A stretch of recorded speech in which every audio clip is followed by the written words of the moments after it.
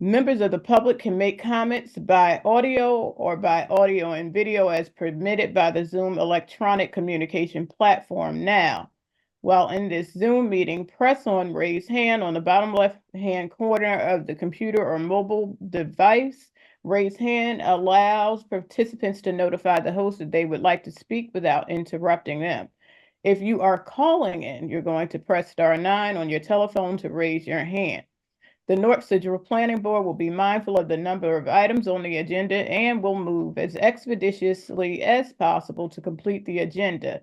However, due to the amount of development requiring board review and the complexity of projects, it may not be possible to hear every item if the meeting runs later than 11 p.m. In the event that the agenda is not complete by 11 tonight, the board will finish hearing the application, which we are in process of hearing, but no new application will be called after that item is complete.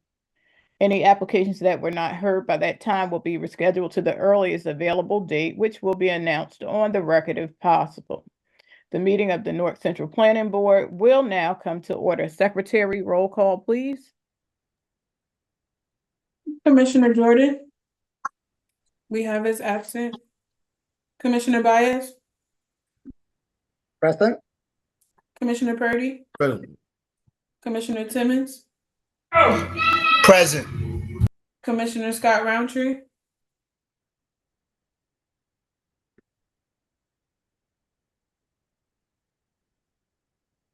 Commissioner Scott Roundtree? I see her on, so I'll come back. Yes, I'm here. I'm here. Okay. Can you see me? What's Yes, wrong we with my see you. phone? We hear You're you. accounted for. Thank you. I can't even see myself. Commissioner Hold on. Okay, let me DeSilva? go back on. But you get, okay, I'm going back. Commissioner DeSilva? We have as absent. Commissioner James? We have as absent. Chairman Richardson? We have as absent, and Madam Chair.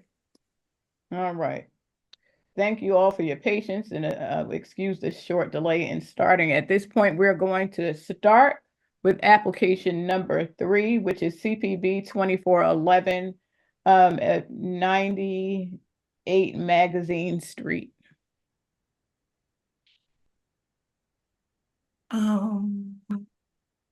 Mr. Torres, if you're here, can you please raise your hand? There we go.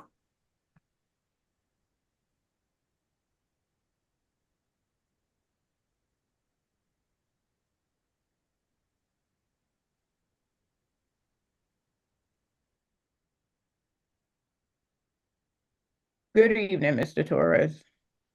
Yes, good evening, members of the board, Secretary Evans. All right. Appearing for the applicant, Ms. Perwika, 98 Magazine Street. All right. We understand that there have been some difficulties with the notice on your application. Yes, that's correct. Upon further review, it appears that we neglected to include the Zoom instructions appropriately in the publication for the ledger. And as such, we need to correct that deficiency. All right, so for this evening, we're looking to adjourn this application. If you could repair the notice in the interim. Madam Secretary, what are the dates that we might have available? The next available date is November 4th. Pending as well, if I may, Madam Chair, also the request from the engineering department, those items be submitted as well, at least 10 days prior to whatever date you need. So if November 4th works, you can let us know. Yes, thank you. I also reviewed the memo that was sent earlier from Water and Sewer that also reflect a couple of issues that need to be addressed.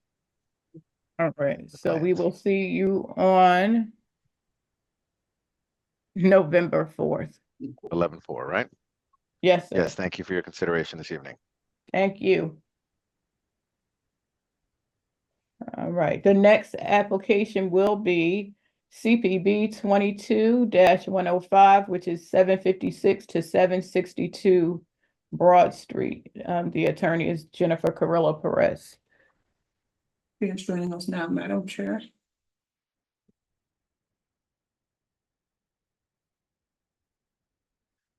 Good evening.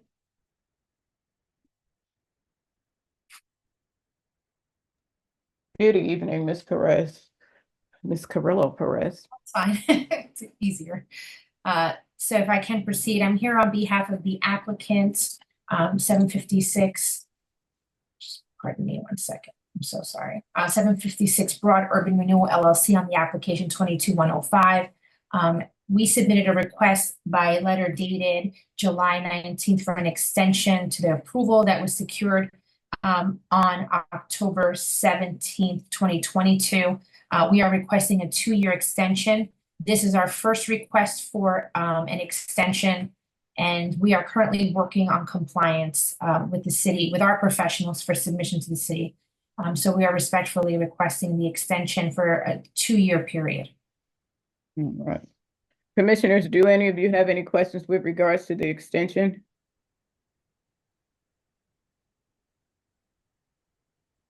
All right, do we Yes. have, Yes. okay, Commissioner Purdy. You need two years to get that together? So we submitted the 2-year request because, and sometimes Commissioner Purdy in candor, the professionals between the city and our professionals require some back and forth and some testing for water issues. So we always ask for that for a cushion so that we don't have to return to the board again. Hopefully it'll be done before, but there are times, especially with engineering and water issues, that take some time for our professionals to work it out. That's all. Understood. Yeah. Thank you. All right, any other questions? Seeing none, all right. Do we have any questions from members of the public with regards to this extension? Seeing none at this time, Madam Chair. All right. So are we gonna vote on the extension? We need a motion. Motion extension. Second for 2 years. Motion raised by Commissioner Purdy, seconded by Commissioner Baez. Secretary, roll call, please. Commissioner Purdy, Yes. Commissioner Baez,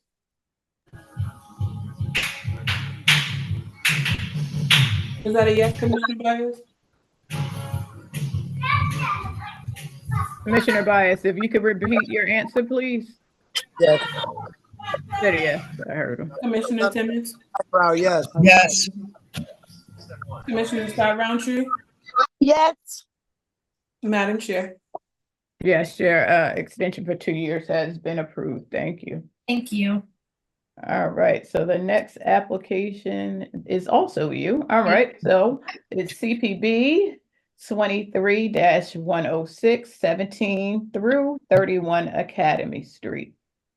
Thank you. Again, Jennifer Carrillo Perez for the record of Connell Foley on behalf of 17 Academy Newark LLC. Similarly, we submitted a request for a 2-year extension on this one. The applicant had not received any prior extensions. The approval was secured on October 17, 2022, and the resolution memorialized November of that year. We're again working on compliance, and to just address what I believe Member Purdy had asked. Again, that cushion, that additional cushion, since we had not requested a prior extension, to give us the time necessary to solidify all of our compliance issues with the professionals. All right. Any commissioners have any questions with regards to this extension? Yeah, Madam Chair. Is that a 1 year or 2 years? 2 This years. one's also 2-year. This one is also 2 years, Commissioner Baez. All right. All right, do we have any questions from members of the public? Seeing none at this time, Madam Chair. All right, beautiful. We need a motion Move for it. a 2-year extension. Move it. Second. Moved by Commissioner Purdy, seconded by Commissioner Timmons. Secretary, roll call, please. Commissioner Purdy, Yes. Commissioner Baez, Yes. Commissioner Timmons, Yes. Commissioner Scott Roundtree,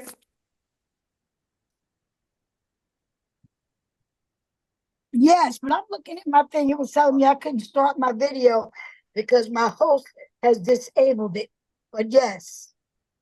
All right, we hear you. Madam Chair. Yes. Your 2-year extension has been approved. Thank you so very much. All right. The next application that we are going to hear is number 4 on the agenda. The application number is CPB 24-42. The address is 889 South 17th Street. We're looking for Mr. Velosi. He is on with us.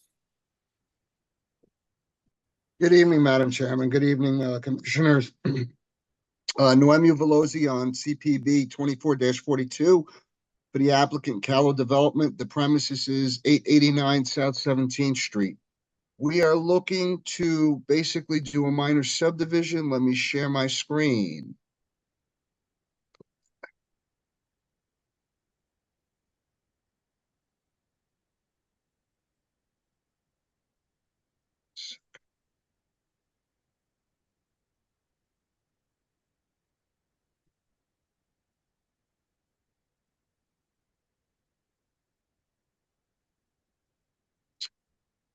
There we go. Can everyone see it? It's loading. There it is. Okay. So if you look at the second page, the second portion, we basically have 2 lots that equate to a 50 by 100. And there was a 2.5-story frame dwelling, which my client has demolished. And what we want to do is basically align the lots properly so we can have 2 25 by 100 lots, which would be lot number 881, and it says 889, 27.01 and 27.02.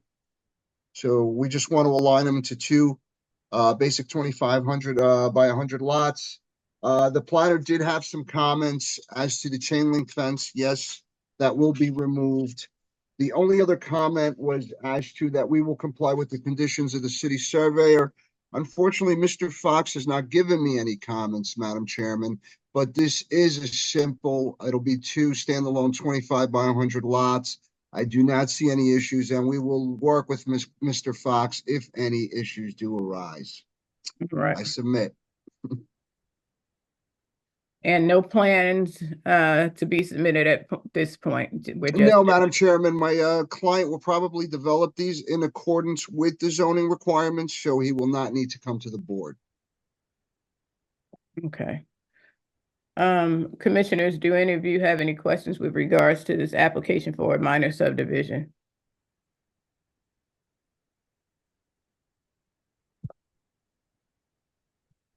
All right, I do not see any questions from my colleagues. Do we have any questions from members of the public with regard to this subdivision? See, we have one. Let's-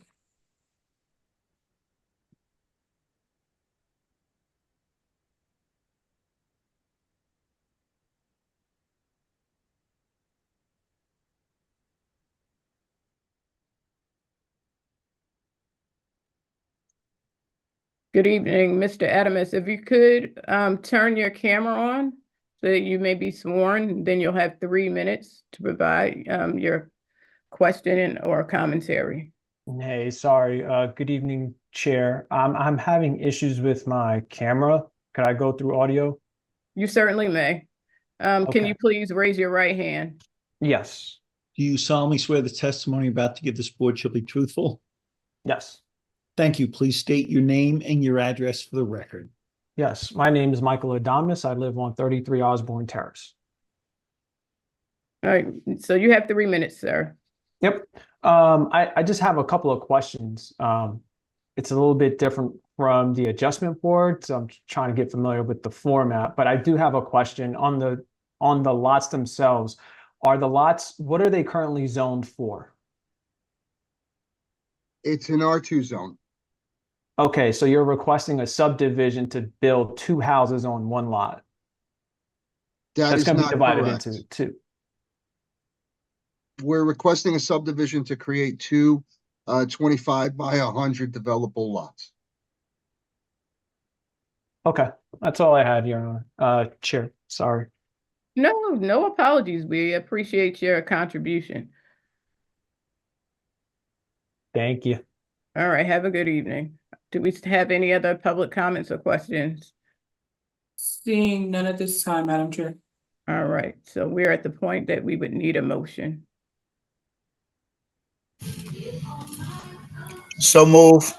Second, Okay, moved by Commissioner Timmons and seconded by Commissioner Scott Roundtree. Secretary, roll call, please. Commissioner Purdy, Yes. Commissioner Baez. Yes. Is that yes? I'm sorry. Okay. Commissioner Timmons, Yes. Commissioner Scott Roundtree, yes, Madam Chair. Yes, your subdivision has been approved, Mr. Velosi. Thank you and have a good evening. Thank you, everyone. Have a good evening. Everybody. All right. Next item is item number 5. The application number is CPB 24-47, which is at the addresses of 367 to 369 Seymour Avenue. And the applicant is Stephen Gary Hockaday. Hello, Good evening, sir. good evening, members of the board and Madam Secretary. I am presenting to the board CPB 24-47, which is 369 Seymour Avenue, 367-Seymour. We are applying for a minor subdivision in this, as well as a variance for insufficient lot area. I will see if I can share my screen to show the before and after subdivision. 1 second.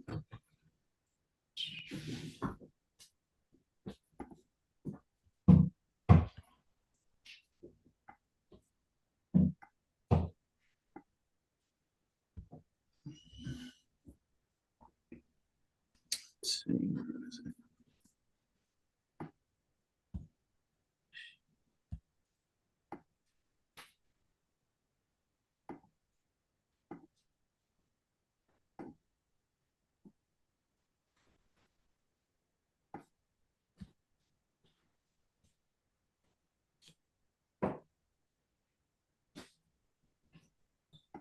Okay.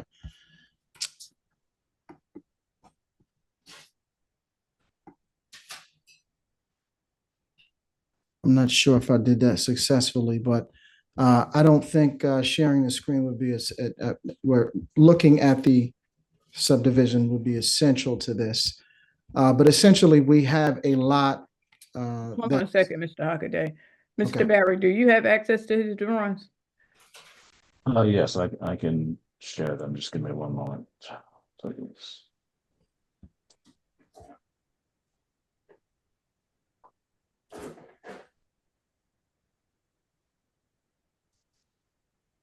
Mr. Hockaday can begin speaking while I'm Okay. sharing if he's ready to go. Yep. Just a moment. Thank you, Mr. Barr. Right. So we have a lot that's roughly 50 by 100 that is being divided into 2 lots. One that will be conforming 25 by 100, and another one that is just shortly, just a little insufficient of that at 2,407 square feet. As such, the reason for our request for a variance for that lot. The plans for the lot are to build 2-family homes in conformity with the zoning ordinance of the city of Newark. I did receive some input and some questions regarding the same. One regarding the retaining wall that is there. That retaining wall will be demolished and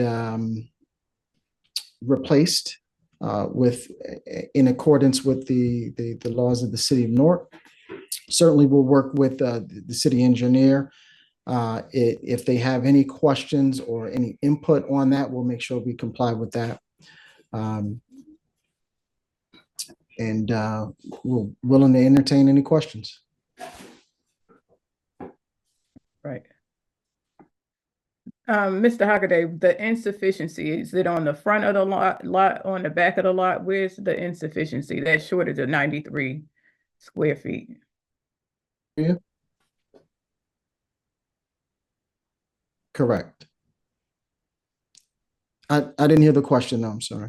Where's the insufficiency in the one lot that is short, that you said is 2,407 feet? It's mostly in the back of the lot. If you look at the subdivision survey, you'll see that the frontage of the lot is slightly bigger than 25. It's 25.04, but the back of the lot, it narrows just a bit towards the back, which leads to the slight insufficiency. So the back of the lot is just a little smaller than the front of the lot for the lot that's on the right. Okay. So Mr. Barry is sharing his screen. Once we see it, then I just want people to have a visual of what it is that you're describing. Okay. There was also some clarifications that was requested by the city surveyor in terms of the numbering of the lot, as well as showing where. Okay, so you can see the back of the lot, which is 23.0 rather than 25 like the lot adjacent to it. Mhm. And that's what leads to the slight underage of the lot. Okay. All right.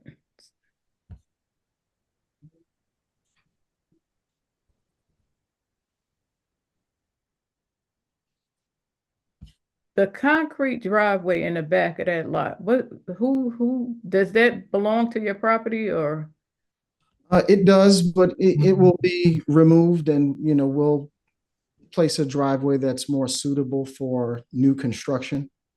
That's just the existing situation, the existing conditions, which will all be torn up, and the site work will be all done anew. Okay. You mentioned that there were other questions from the city professionals. Yes, there was one additional question, and I'm just going to look and see what that was. Give me a second.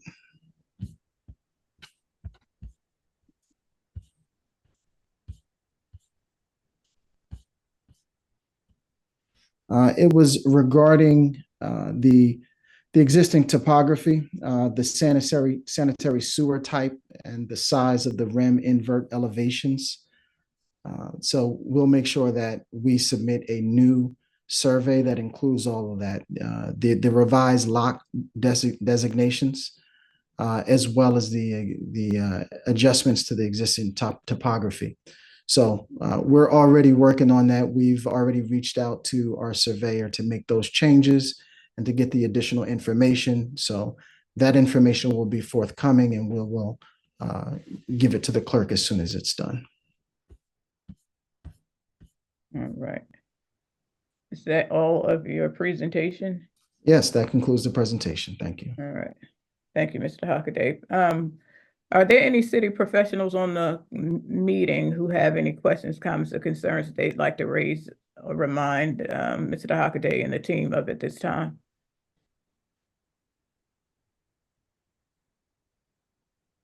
All right, I don't see any. Are there any members of the public that have any questions with regards to this application? Yes, Madam Chair, we have a couple.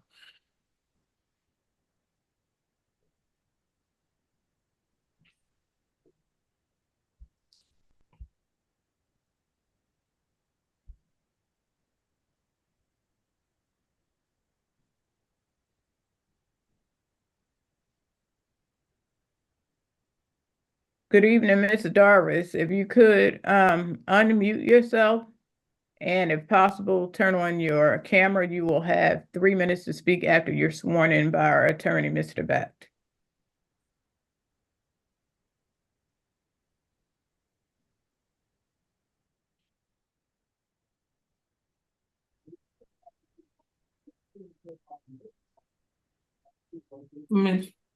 Okay. It's not letting me speak. Miss Doris, if you look at your device, look at the bottom left hand, you'll see a microphone. Tap that microphone, it'll unmute you.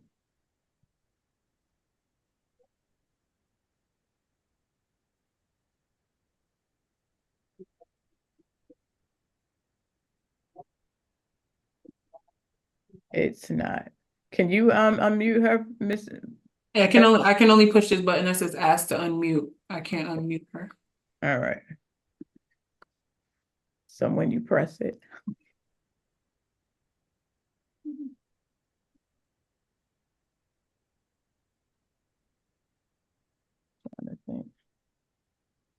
Mr. Doris, if you, you know what, she may have joined where it said don't let your, right? But she still should be able to unmute herself. Yeah. While she figures it out, we do have others that can. All right. Mr. Doris, what you can do is log out and log back in. And then we'll take you after the others speak. Thank you. All right.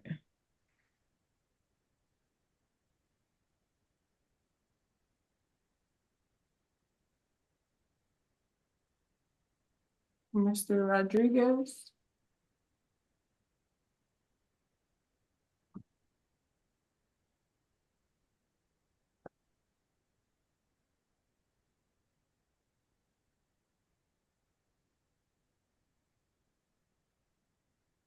Good evening, Mr. Rodriguez. All right, you're unmuted. Can you also turn your camera on? All right, beautiful. Mr. Beck is going to swear you in.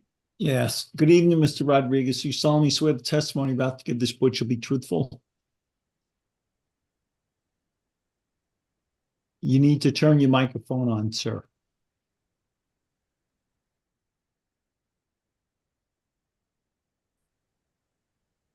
Mr. Rodriguez, we don't hear you.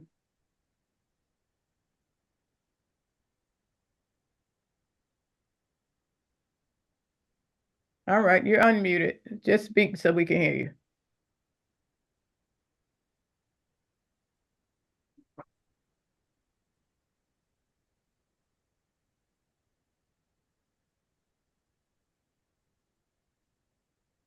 Can you hear me, Mr. Rodriguez?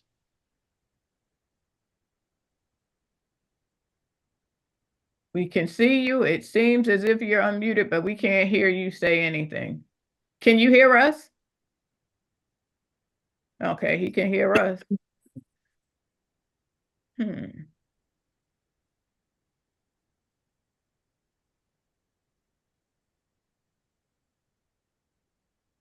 Mr. Rodriguez, can you hear me? All right. Perhaps the next witness and we'll come back. Maybe. Right. Mr. Rodriguez, take us off Bluetooth and just use the speaker on your phone.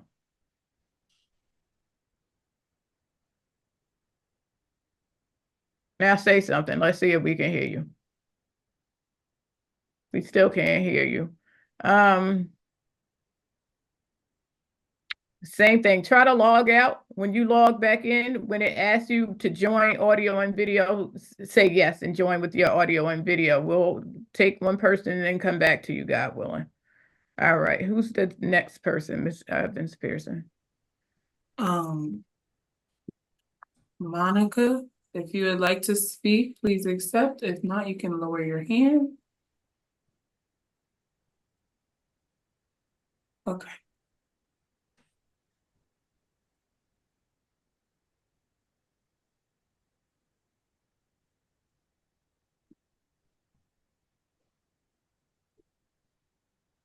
There was a question in the Q&A, when will construction start? Yeah, I have nothing on my screen. I see it.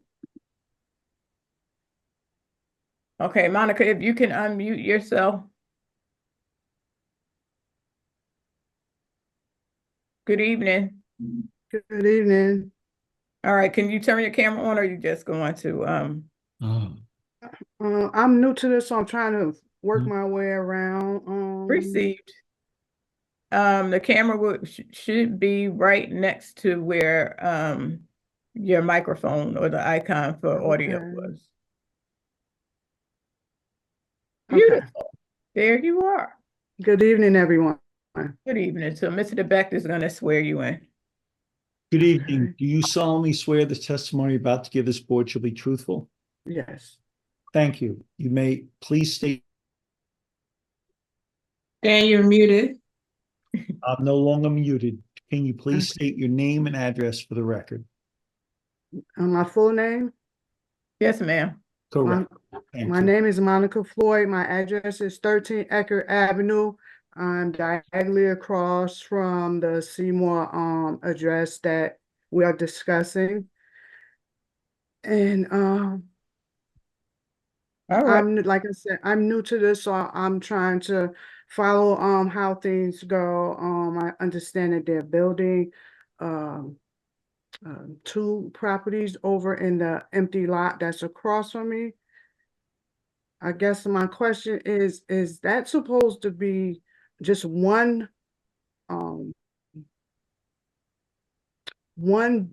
complex with 2 families, or is it 2 separate buildings?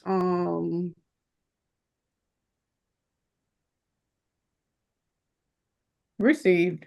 Mr. Hockaday, can you answer her question? Sure. That lot, we are looking to subdivide it right now to make it 2 separate lots. And we are going to put one 2-family home on each lot. So there'll just be 2-family residences that will sit on each lot. Because you're saying each lot, but from where I'm looking at, it's just one lot. So I don't understand how you can put 2 separate properties on that lot. Where, I mean, that's just my opinion. I don't, like I said, this is new. I'm just trying to gather information because, like I said, it's like right diagonally across the street from me, and I just want to, be a part and know what's going on.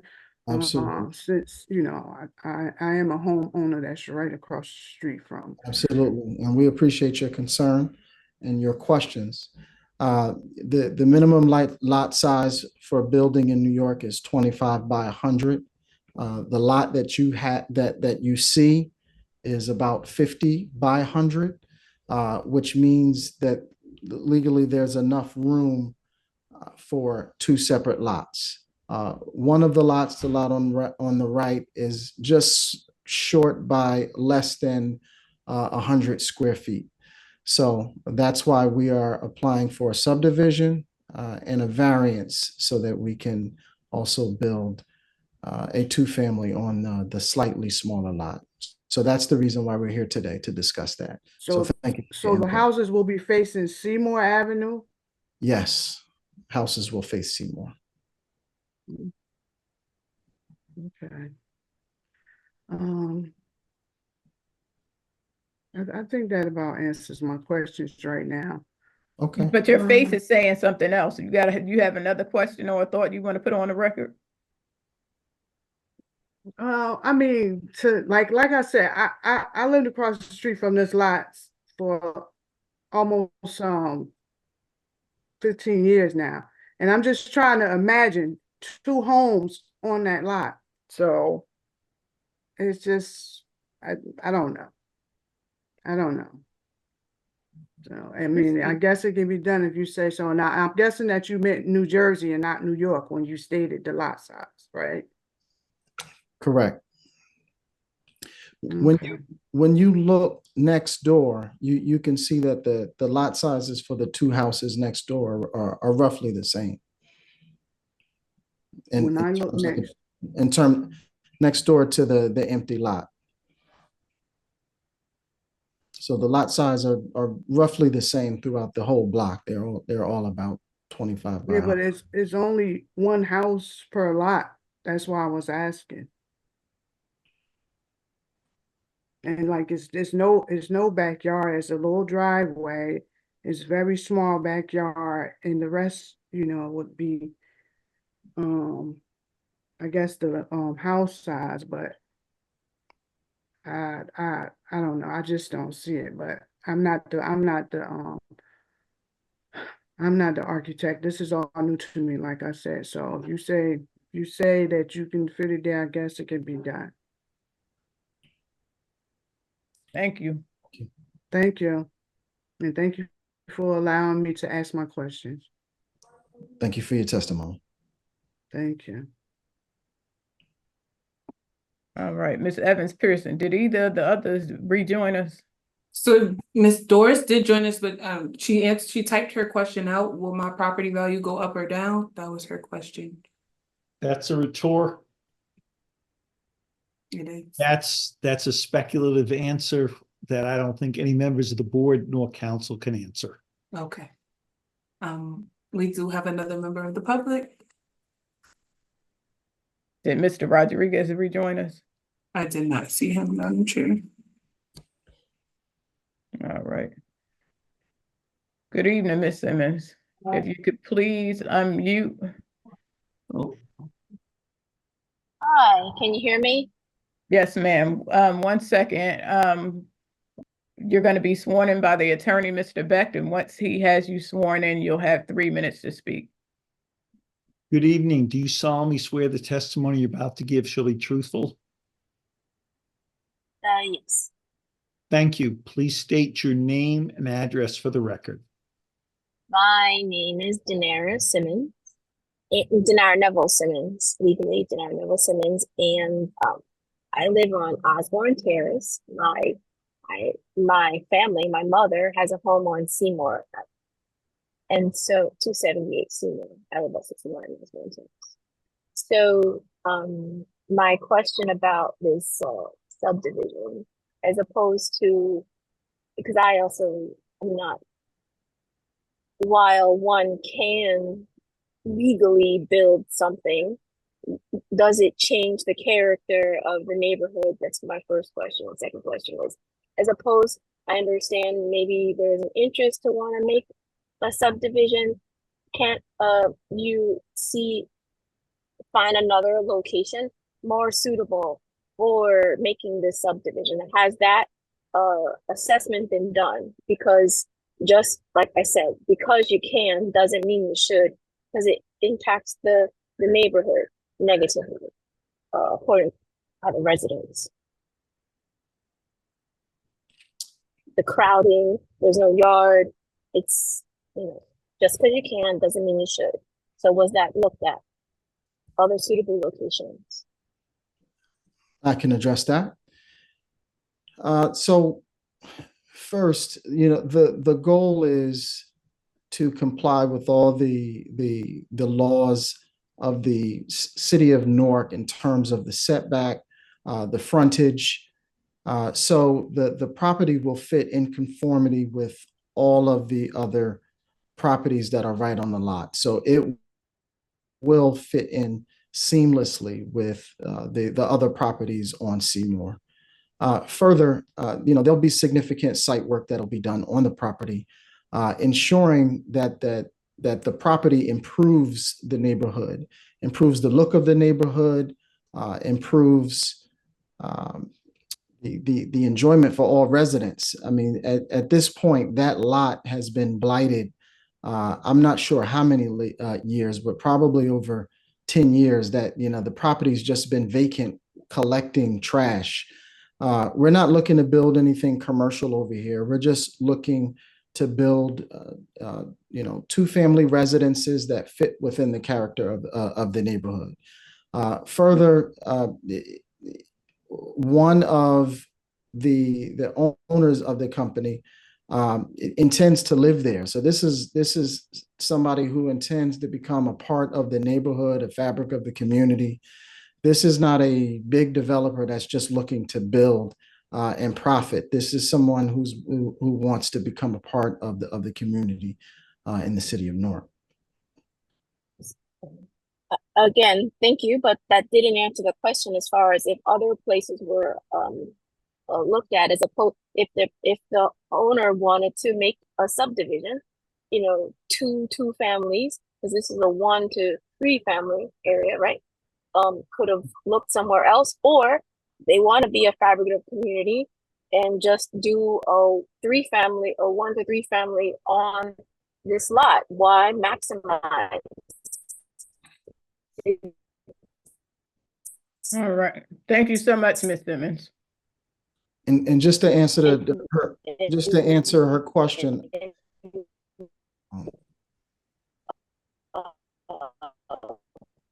just breaking up.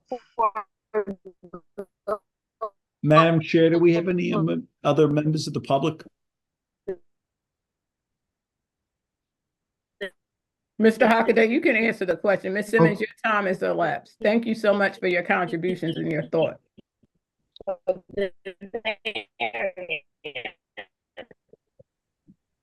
There's some feedback, but I will say the company doesn't own any other property in the city of Newark. This is the only property that they own. So there's no other options for other sites to be developed.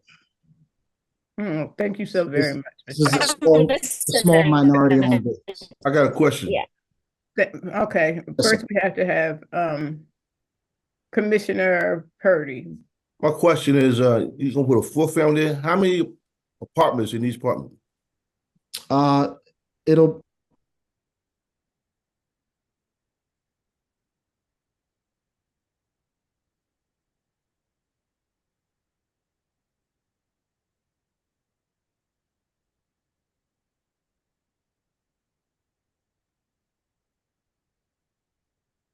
Uh-oh.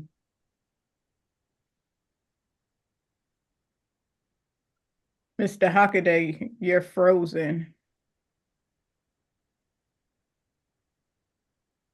Chair, it looks like we lost board member Baez. Yep. And okay, there's Roundtree. 1, 2, 3, 4. There we go. Okay, Baez is back. All right, beautiful. The gremlins are at work tonight. Mr. Hockaday, we didn't hear.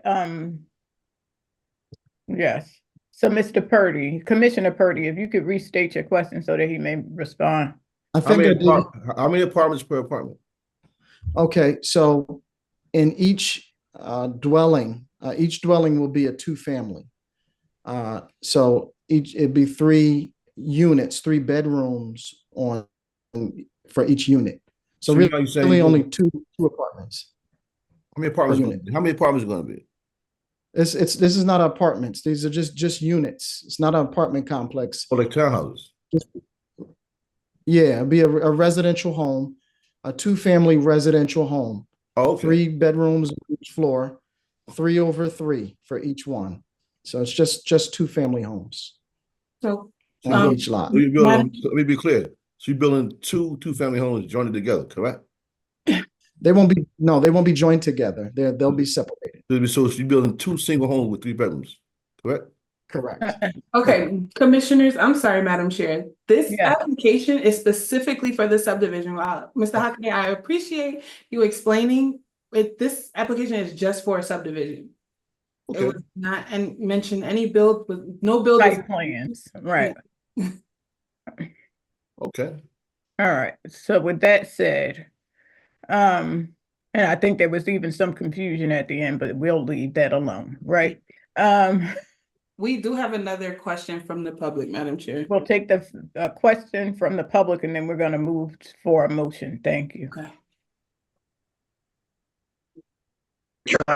Okay. Yes. Mr. Beckett. Minor subdivision. Okay. So just so everybody knows, it's in an R2 zone. Applicant proposes to subdivide the existing lot into 2 lots. Applicant is seeking 0 C variances, minor subdivision approval is required. So moving forward, do you solemnly swear the testimony about to give shall be truthful? And please state your name and address for the record. Mr. Beckett, I do. Shay Coulter, 232 Avon Avenue, Newark, New Jersey. Thank you. Mr. Beckett and Ms. Chairman Witcher.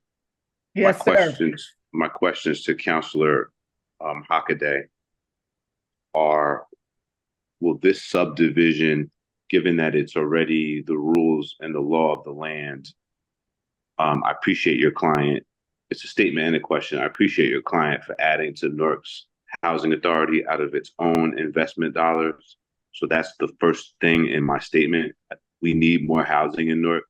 The second question is just for you to get the subdivision, will that make things easier for your client to make this a successful deal to add to Newark's housing stock? And my concluding statement, Mr. Chairman, is thank you, Mr. Hockaday, for advocating for the builders. A lot of the people who build houses in this city don't have college degrees, and we need more building to take place. Thank you, Mr. Hockaday, and thank you, Ms. Chairman and Mr. Beckett. Thank you, Mr. Coulter. Yes, thank you for your question and your comments, Mr. Coulter. Yes, achieving this subdivision will lighten the load on the minority builder that will be building here, making it easy for them to then apply for permits successfully to build what they intend to build. All right. So I see that Member Baez, please raise your question. Yeah, thank you, Chair. My question is, I see in the before and after subdivision, I really wasn't clarified for that. But did he have any architect of pictures of how the house is going to be looking like? We're not there yet. No, We're not there yet, Mr. Baez. this is only for a minor subdivision, so we're not at the point where we are proposing any designs, etc. Not a problem. Thank you. All right. Given that, and I thank you for your thorough discussion, members of the public and commissioners. But at this time, can we have a motion, please, on this application?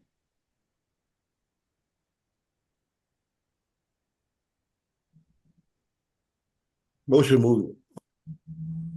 Second. Moved by Commissioner Purdy, seconded by Commissioner Scott Roundtree. Secretary, roll call, please. Commissioner Baez, No. Commissioner Timmons, Yes. Commissioner Purdy, Yes. Commissioner Scott Roundtree, Yes. Madam Chair. Yes, your application for a subdivision has been approved. Thank you so much. Thank you. All right. The next application, number 6 on the agenda, CPB 24-44. The address is 119 through 121 Osborne Terrace. The attorney is Jennifer Carrillo Perez. Oh, Good evening again. Jennifer Carrillo Perez on behalf of the applicant 119-121 Osborne Terrace. I am the Osborne Terrace entity applicant is the owner of the designated property, which is located in the city's R2 1 to 3 family residential zone. We are before you this evening seeking a minor subdivision of the existing lot and variance relief for the construction of a 2-family house on each of the newly constructed created lots. So upon the subdivision of the minor subdivision of the 1 lot into 2 lots, the applicant is proposing to construct 1 2-family house on each lot. In connection thereto, there is some variance relief that we're requesting with respect to lot size, lot width, the front yard setback, driveway, and illumination. We do have Ms. Jennifer Palermo, who is the professional architect who's going to walk us through both the subdivision as well as the architectural plans for the houses themselves. We also have a representative of Osborne Terrace should there be questions that arise. But before we begin, I wanted to note for the record that we've received the planner's report dated August 14th, 2024. And we also received comments from the city surveyor dated August 16th, 2024. And with respect to both items and both reports, we are in agreement to make the revisions that were requested and note the conditions there too, and we'll stipulate that to the record. The last housekeeping item, we just want to note for the record that an affidavit of notice dated August 12th was provided to your board secretary, providing this board the jurisdiction to proceed this evening on this application. Okay. Should there be no objection, Ms. Palermo, if Mr. Beck can swear her in, please? Do you solemnly swear the testimony you're about to give shall be truthful? I do. Thank you. Please state your name and affiliation for the record. Jennifer Palermo. I'm a principal of Palermo Edwards Architecture. Thank you. Thank you. Ms. Perez, you may qualify your witness. Sure, absolutely. Ms. Palermo, please provide the board the benefit of your educational background and the status of your license. I have a master's degree in architecture from New Jersey Institute of Technology, and I've been licensed in the state of New Jersey since 2002. And I've appeared before this board many times. Yes, ma'am. You're accepted by the board. You may proceed. Thank you. Thank you so much. Ms. Palermo, you're familiar with the property and have reviewed the subdivision and worked with that professional in the preparation of your plans. Is that correct? Correct. And you've received the reports from Mr. Fox as well as Mr. Barry's report from the city? Yes. Okay, and if you can just walk us through the existing site condition, which is a vacant lot, and then walk us through the subdivision briefly with the proposed two-family house. Certainly. Hold on 1 second. And just noting for the record, she's relying on the plans that were submitted as part of this application, so we will not be marking them as an exhibit. Is that correct, Ms. Palermo? Correct. Thank you. So as was stated previously, we have an existing vacant lot, completely vacant, that is a scotch under 50 foot wide. And we are proposing to essentially split the lot down the middle with the property line essentially creating two equal halves. So we end up with two lots that are, I believe, 2,455 square feet, where obviously 2,500 square feet is required. Thank you. That is the subdivision, part of the application. And as you indicated, the city ordinance requires the lot to be 2,500 square feet, correct? Correct. And so the deficiency is approximately 50 square feet, give or take. Is that correct? Correct. And that would be de minimis in the sense of this. Correct. Anything less than 10% is considered de minimis. And the variance relief sought with respect to that lot size and lot width is directly related to the existing lot size and the proposed subdivision. Is that correct? Correct. Okay. And so just in connection with the subdivision, we talked about lot size briefly. The lot width, what is required by city ordinance, to your understanding, is 25 feet. Is that correct? Correct. All right. And what's being proposed is just 24, if you can, for each of the lots, because there's two It's separate lots. 24.59 and 24.58, which I think is really it's a rounding situation, but they're essentially equal. Okay. So both lots will be approximately 24.5859. Is that correct? Correct. And also the lot depth is as required at 100 feet. So we are not deficient in lot depth. Okay, perfect. Thank you. I have no additional questions as it relates to the subdivision. The board, if the board had any questions before we move on to the architectural testimony, we're happy to answer any questions. I have one question or observation. I'm looking at the zoning map key that's at the top right-hand side of our screen. That does not fit this application. Correct. That is an error, and we will, it's noted in the reports, so the revised plans will correct that. All right, thank you. Thank you. Okay. Madam Chair. I'm sorry? Madam Chair, I'm sorry. I think I made a Yes, mistake. Commissioner Is Baez. that okay? Mr. Pardon? Beck, can I change my voting to yes from the South Division? I'm sorry. I'm sorry? Your sound is breaking up, Commissioner Baez. It's okay for me to change my voting to yes on the South Division.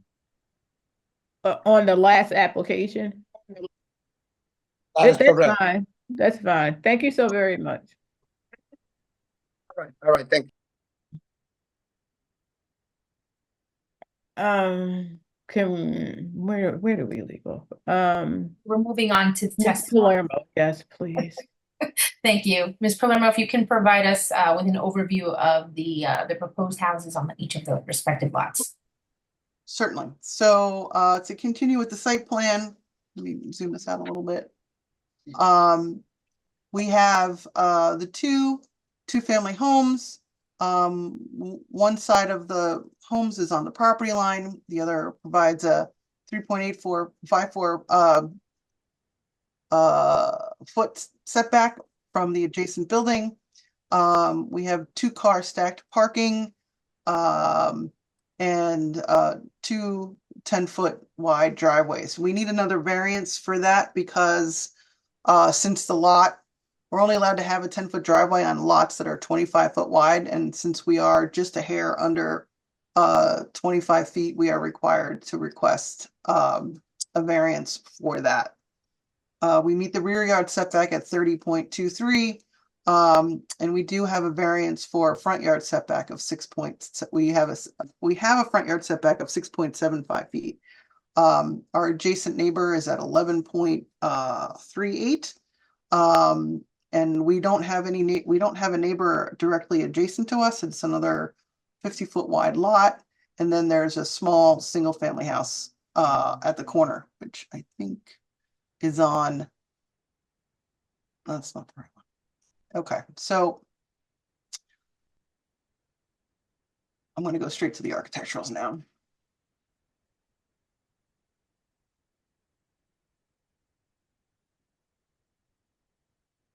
Here we go.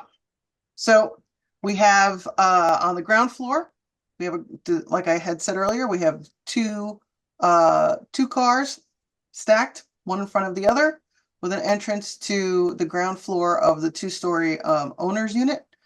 We have an area for garbage to be collected and a small storage area. On the second floor, we have a 3-bedroom unit with the master in the back, 2 bedrooms and a living dining room in the front.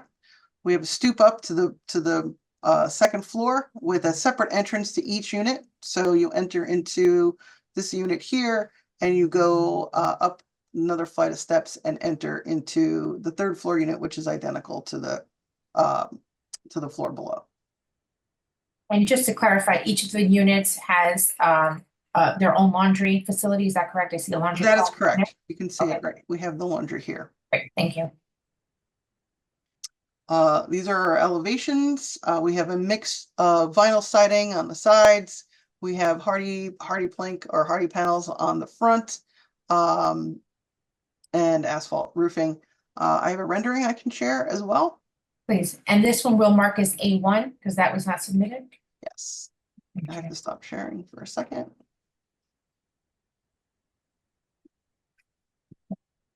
And just for the record, we went through the plans, we addressed the variances with respect to lot size, lot width, the front yard setback. You indicated there's a vacant lot next to it. It's only one other house. But we are asking for a minor deficiency there. The driveway you discussed, and then the illumination levels. I believe the report indicated we were excessive.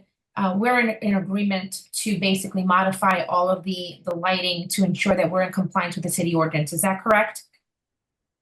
That is correct. Okay, great. So what you're seeing on the screen is what we will mark as A1, the rendering of the 2 houses. That is correct. Okay, thank you. And we will submit this to your board secretary, so it's part of the record. Thank you. Thank you. Okay. I do not have any additional questions for Ms. Palermo, and I do not have any additional witnesses. All right. Okay, so Ms. Palermo, if you could give us back the screen. You sure can have it back. Commissioners, do any of you have any questions for Ms. Palermo? Yes. Just a simple question. Sorry. Commissioner Purdy is asking, and then next, Mr. Byer. Yes. The garage is that you're gonna have there. What's the possibility of cars being on the side where people can't walk by? We only have a 6-foot setback, so it would be really hard for a car. They may do that though. That's what I'm saying. It's, I don't know about the garage. It's good to have a garage there. I don't know. Unfortunately, I'm gonna just, we cannot necessarily provide an answer on what a potential user would do. We can only provide the drawings and say that we're providing for 2 parking spaces. We hope that the residents will comply with the city ordinances with respect to that, but unfortunately, that would be conjecture. We can't really answer that. I'm hopeful everyone follows the laws, Mr. Purdy. I'm married to a police officer. We need that. Or Madam folks Chair, need to be willing to collect tickets, right? Correct. You're right. Madam Chair, Yes. we lost Commissioner Roundtree, so we only have 4 members All at right. the moment. I just spoke with her. She said she's coming back on. So do we want to take a pause for the cause? Let's see how long. We're going to take a pause. Because we want her to hear. I didn't realize we lost a member. And anytime we lose a member, they should let us know if they're stepping out, because it does create a problem. So my advice is we cannot continue with this particular application till that particular member decides to come back and join us. Thank you, And Mr. you can get her on the phone and shake the tree. We have a bunch of other applications. We spent a very long evening the last time around. Hopefully it won't be the same tonight, but Madam Chair, if I'm stepping on your toes, you can correct me. But No, you're just agreeing with what we said.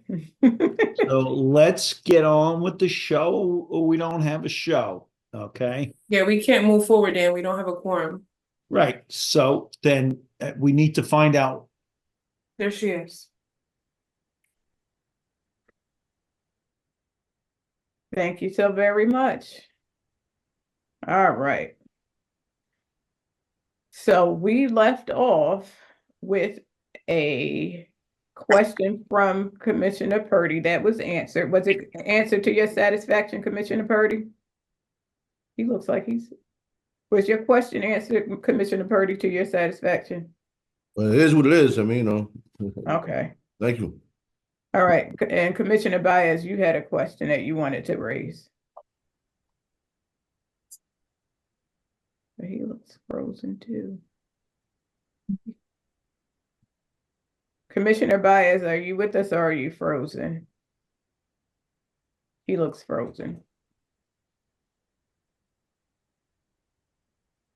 All right, so we'll wait for him to rejoin us. That's right. This is the age of technology. We're gonna bear patience.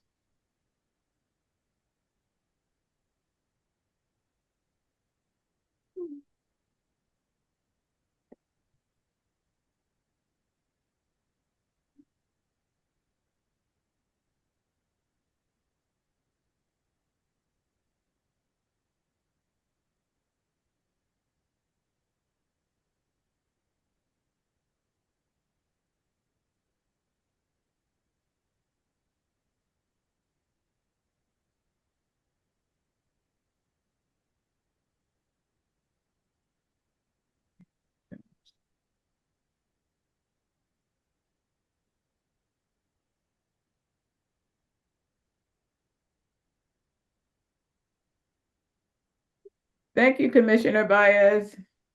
We know that you had a question. We know that you had a question. If you could raise your question. I have a little problem with my phone, but now can you hear me? Yes, sir. We can hear you and see you. Okay, mine was just a simple question about garbage. Where they try to put garbage, like a dumpster?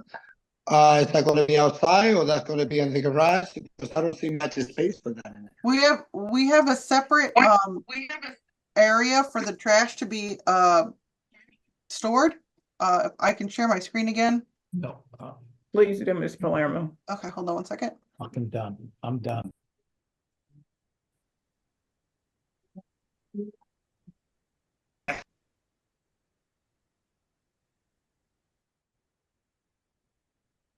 So right here, access from the outside, we have an enclosure for garbage on the ground floor. All right. Do you see that, Mr. Commissioner Baez? I hear you now. Thank you. You see it? Is that answer the question or? Yeah, now I can see. All right. All right, thank you. Thank you so much. All right. Are there any other questions or comments from members of the commissioners? City professionals? Are there any questions or comments on this application from members of the public? Yes, we have 2 hands raised, Madam Chair. Thank you. Oh, we have 3. We have 4. Okay, let's get it.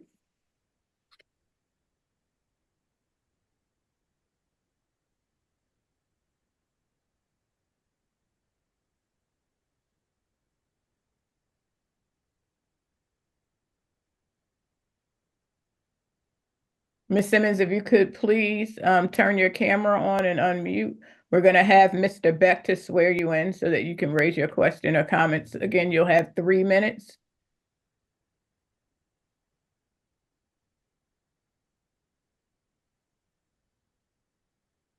Do you solemnly swear the testimony you're about to give shall be truthful? Please state your name and address for the record. Yes, name Denara Neville Simmons, address 69 Osborne Terrace.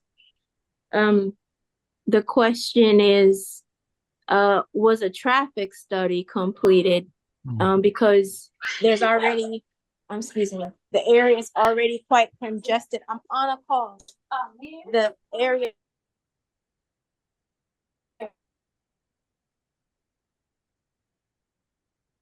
and it would be more suitable for there to be less congestion and less property. So was a traffic study completed? What was the finding? And I'll wait for that answer before I ask my next question. So Please ask your next question now so that we can have them both. It depends on the reply, that's why. Okay. yeah, so I'm happy to reply to that. We are not required, Mr. Traficante is on. We were not required to submit one, and there is actually no engineering review on an application for site plan and C variance relief. The houses that are being proposed are permitted in the R2 zone, and we are providing the parking, and so no traffic study was required and none prepared.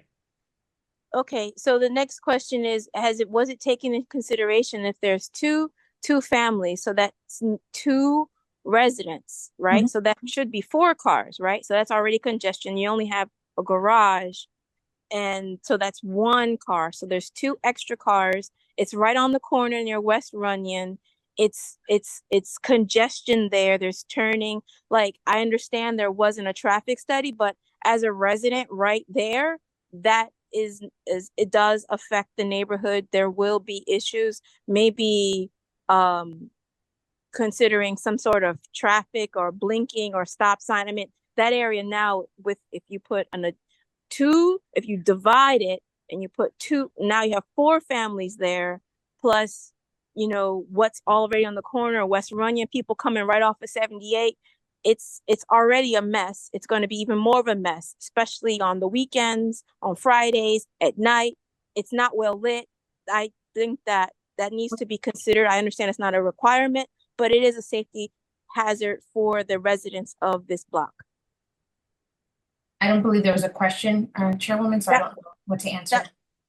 The question was, could it be considered, looked at? I know it's a requirement, but could you consider it? Because there is a safety factor. Maybe you're unaware of it because you didn't have to, but I'm telling you, it's a problem. No, I understand. And so what I'd like to make a few points of clarification is that each of the houses has 2 parking spaces. And so that satisfies the parking requirement. We're not seeking any variances with respect to that. And what was submitted was what was submitted as part of what the city ordinances require. What sits there now is a vacant lot. It's clean, but it's a vacant lot. And the developer in this instance is working to towards the goal of providing more quality new housing in the area as an infill lot to be consistent with the neighborhood.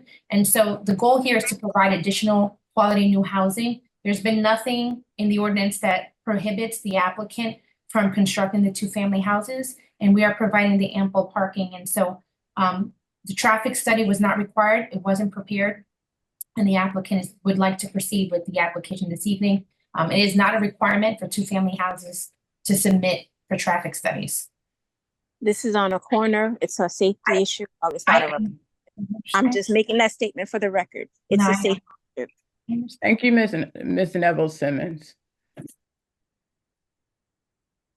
If there are other questions from members of the public, please raise your hand so that the secretary may bring you in.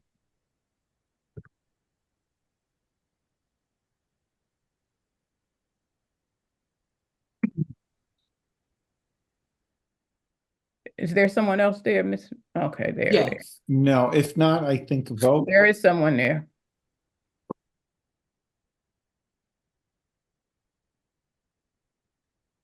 Good evening, Ms. Davis. Good evening. All right, if you could raise your right hand, Mr. Beck will swear you in. Good evening, Ms. Davis. Do you solemnly swear the testimony about to give this board shall be truthful? Yes. Thank you. Please state your name and your address and affiliation for the record. My name is Nicole Davis Ampadu. I am an owner at 57 Osborne Terrace. All right, so Mr. Davis Ampadu, you will have 3 minutes to raise your concerns. Thank you. So my question is fairly simple. So I noticed on your blueprint, the lot next door to the proposed lot where you will be building says asphalt parking area. I wanted to ask because currently there is a business located there. So will that affect your building in your minor subdivision? I know, and if I can call Ms. Palermo back on, I think she has a photo on it. Our lot is the vacant grassy lot. Next door, from my recollection, is a surface lot. There looks like there's a lot of cars and we don't know who that belongs to. Me either, and that's why I wanted to bring it up. So it doesn't look great, Madam, Chairwoman. It's really a bad looking lot, but that is a property maintenance issue. We would love for it to be gone as well, but we're hopeful that the development will spur that cleanup and maybe the city's attention.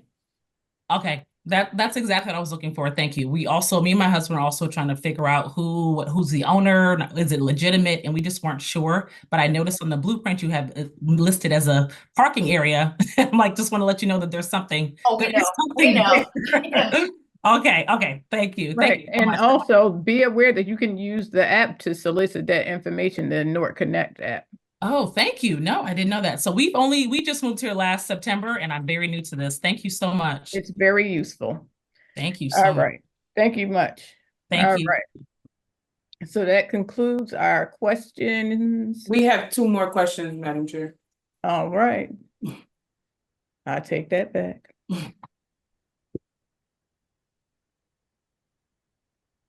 And we're doing well.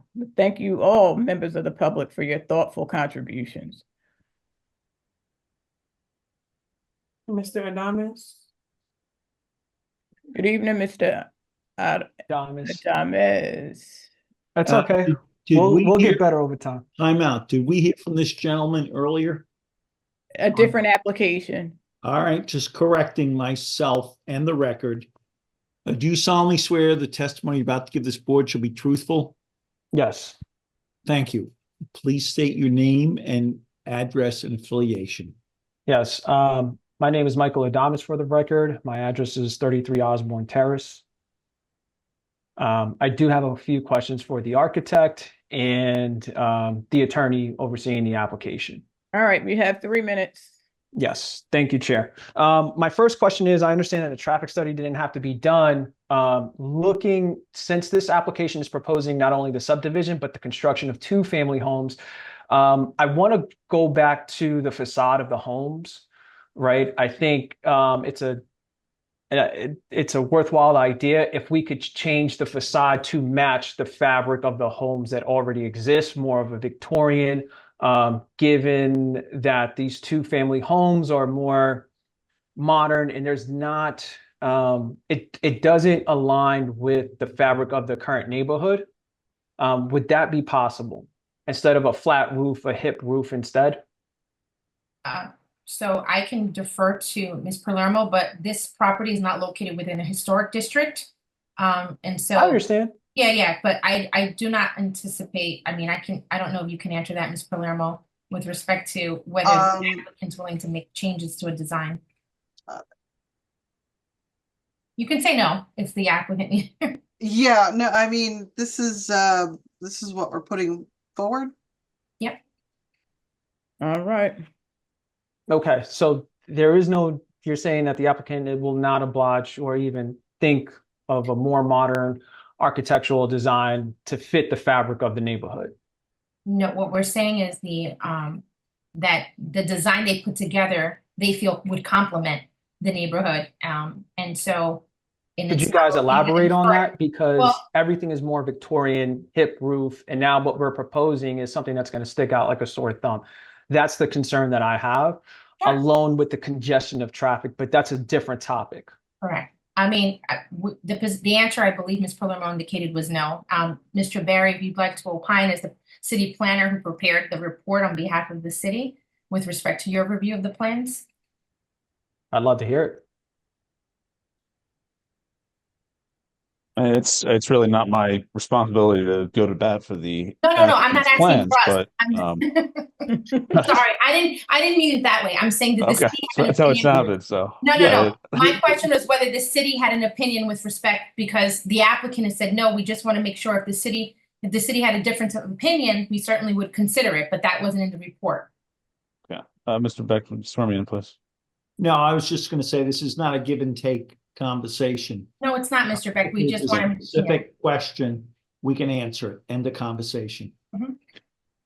Thank you. Swear me in, please.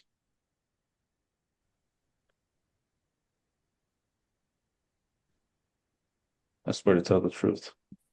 Okay, Mr. Beck, can you're you accepted by the board, So, Mr. Barry. Mr. Barry, you're willing to give testimony.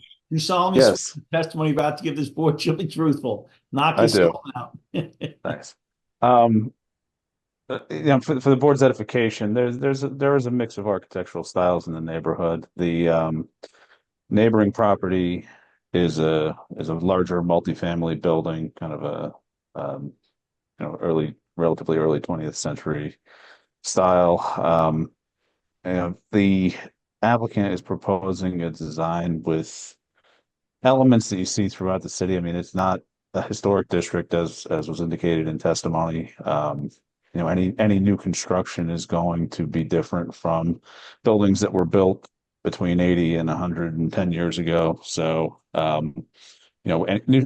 far as modern styles go, this one does have some elements with the bays and the faux flat roof in the front that fits in with some of the historic styles of the city. I mean, it's not a example of any particular style, but I don't find it to be out of character with the neighborhood or in any way need of a redesign, in my opinion.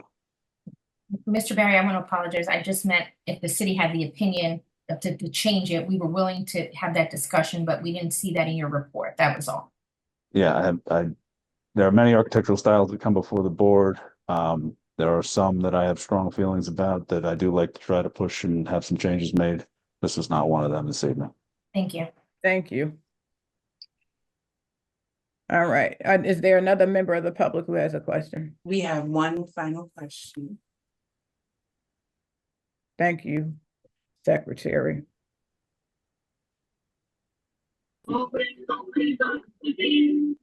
evening again, Mr. Coulter. Mr. Beck, you're gonna swear Mr. Coulter in again. Yes, I shall. Do you solemnly swear the testimony about to give this board shall be truthful? Yes, Mr. Beck, I do. Please state your name and affiliation for the record. Che Coulter, just a concerned resident. I have some family that owns a daycare not far from where this property is being built, Mr. Beck and Ms. Chairman. And the nature of my concern was really a question toward the counselor, Ms. Perez. Ms. Perez, do you foresee this property helping with comparable values for the neighboring homeowners? And I appreciate your client for intending to use their private investment capital to add to Newark's housing stock. Where, as you know, by recent news, we are in a housing crisis and inventories need to improve and increase. So I appreciate the courage of your client for using their private capital. And if you could just share or articulate briefly, oh so briefly, how the building of the new housing helps with the comparable value of appraisals for local homeowners that are in the proximity of your client. Thank you and good luck.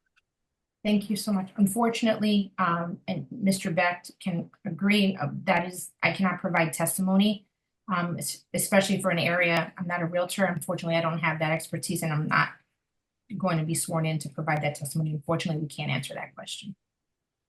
All right. I Thank you. concur. Okay. So at this point, we need a motion with regards to the application. I make motion. Second motion. I second the motion. Woo! All right, so the motion is presented by listen. Commissioner Baez and seconded by Commissioner Scott Roundtree. Secretary, roll call, please. Commissioner Purdy, Yes. Commissioner Bayer, Yes. Commissioner Timmons, Yes. Commissioner Scott Roundtree.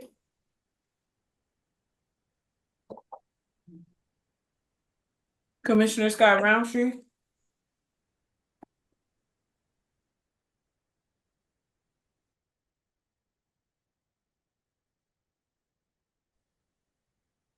I'm here. Can you say yes or no? Oh, I'm saying yes. Need I to was trying to say get my yes. face on here. Thank Hold you. on. Madam Yes, Chair. absolutely, yes. Yes, Okay. your application has been approved. Thank you so very much. Thank you. All right. The next application we have is the agenda item number 6. Pardon me. Pardon my misstatement. I'm looking at the wrong thing. Number 7, Madam Chair. Number 7, but I was looking at the 1 second. Please bear patience, nobody jump. Oh, All right, CPB 2435 50 through 52 Martin Luther King Jr. Boulevard. And Ms. Perez is already on, so yes, ma'am. Good evening again, Jennifer Cruz-Perez on behalf of 50-52 MLK. In this instance, Madam Secretary, Ms. Secretary, can you just please, it's Mr. Daniel Roma, Adnan Khan, and John McDonough or Matt. Okay, I have Matt. You said Daniel Roma. And Adnan Khan. Those are professionals. And Matt Flynn is there. I don't see Adnan Khan on here. I have no ease. Let's see if we can raise his hand. We can begin with Mr. Roma while we figure out Mr. Khan. Oh. Is that okay with you? Yes, it is. Great, thank you. So again, good evening, Jennifer Cruz-Perez. The property we're discussing is located within the city's R3 1 to 4 family townhouse residential zone. The property currently consists of an approximately 5,435 square foot lot, and we are looking for this application to have a minor subdivision as well. In connection thereto, we're also requesting for preliminary and final site plan approval for the construction of 2 houses, a house on each of the lots, and we are requesting variance relief in connection thereto. And so there will be there are 1, 2, 3, 4 variances noted for the record, but we certainly will speak to that during the course of the testimony. I will note for the record that we received reports. We received my computer's a little fidgety today. I think something's wrong. We received the reports from the city planner, Mr. Barry, dated July 25th. We received the report from the Department of Engineering dated July 15th. And we also received a few moments ago, I believe, the report from the Water and Sewer Department, as well as the report from Mr. for Joe Fox as it relates to the subdivision. And similarly, we are going to stipulate to the record that we will work to address all of the comments noted therein, as well as agree to the conditions that are stipulated and offered. So with that, we have, as I indicated, 3 witnesses. We have Daniel Roma from Artec Studios, who is our project architect. We will begin with his testimony. Hopefully Adnan Khan will join us. He's our professional engineer. And we will conclude with Mr. Matt Flinner as our professional planner. The last item of housekeeping is that we did submit as well an affidavit of notice to your board secretary, providing jurisdiction for us to proceed this evening, having basically confirming that we have submitted all of the requisite information. Also noted for this, the board's information is that the applicant did receive the approval from the Essex County Planning Board as it relates to the subdivision on April 24th, 2024. So if I can ask Mr. Roma to be sworn in, please. Thank you. Good evening, Mr. Roma. Once again, you've been sworn in multiple times by this board. Do you solemnly swear testimony you're about to give this board shall be truthful? Yes, I do. Thank you. Just state your name and affiliation for the record. My name is Daniel Angel Roma. I'm the licensed architect for Artec Studio LLC, and I did these drawings. All right, Mr. Roma, your license is current and in a good standing. Yes, it is. You may proceed. Thank you. And Mr. Roma, you prepared the plans that were submitted as part of this application as it relates to the architectural design, correct? Yes. And you're familiar with the subdivision that was submitted as part of this application as well, is that correct? That's correct. All right, if you can, please provide the board an overview of the project, please. Yes. Let me... Before we begin, these plans, if you see the bubble, have been revised to reflect some minor changes that Mr. Roma will discuss during the course of his testimony. So if we can mark them as Exhibit A1. Yes, please. Exhibit A1. All right. Thank you. All right.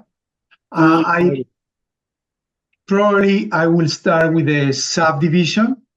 What we're proposing is to do a minor subdivision. The lot is 50. Sorry. Here.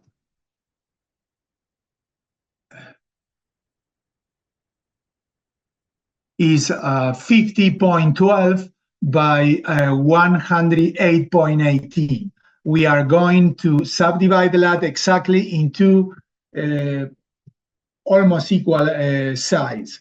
The subdivision will be 25.6 and 25.6 in the front, but one will be a little longer than the other.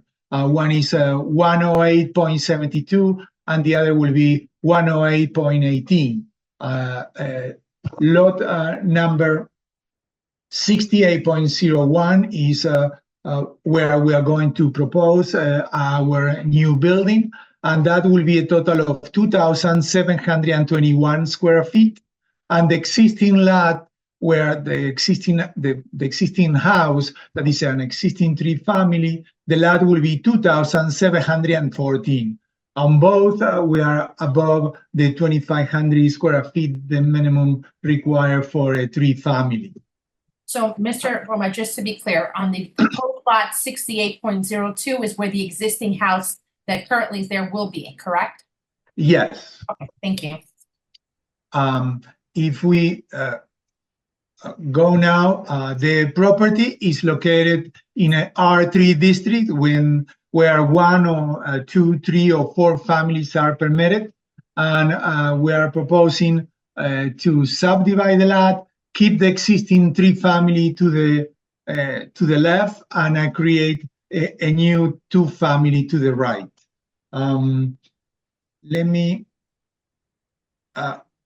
go to the site plan.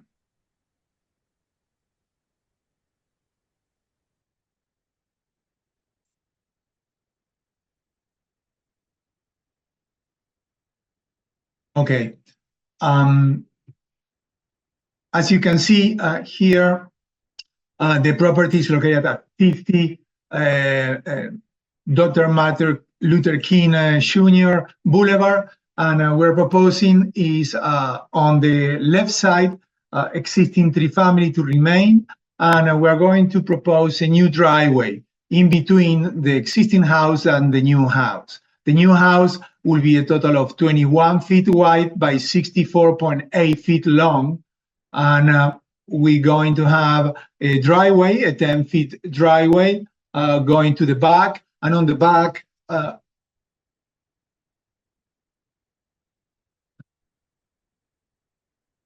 we're going to have a parking area. The parking area will be 4 parking spaces that will be outside in the back of the property, and then 2 parking spaces that will be under on the first floor of the proposed new 2-family. Yeah, Mr. Roma, just a point of clarification. There's an existing 3-family, and what is being proposed is a 3-family, correct? That's correct. Sorry, just wanted to be clear. I think you misspoke earlier. So what we're looking at is that there's nothing proposed with respect to the existing 3-family beyond one minor revision that we'll discuss at the request of the city. What is being proposed on the right-hand side of the screen where you're showing the 2 parking spaces inside is a proposed new 3-family, correct? Yes. Okay, I'm sorry to interrupt. Please proceed. No, that's all right.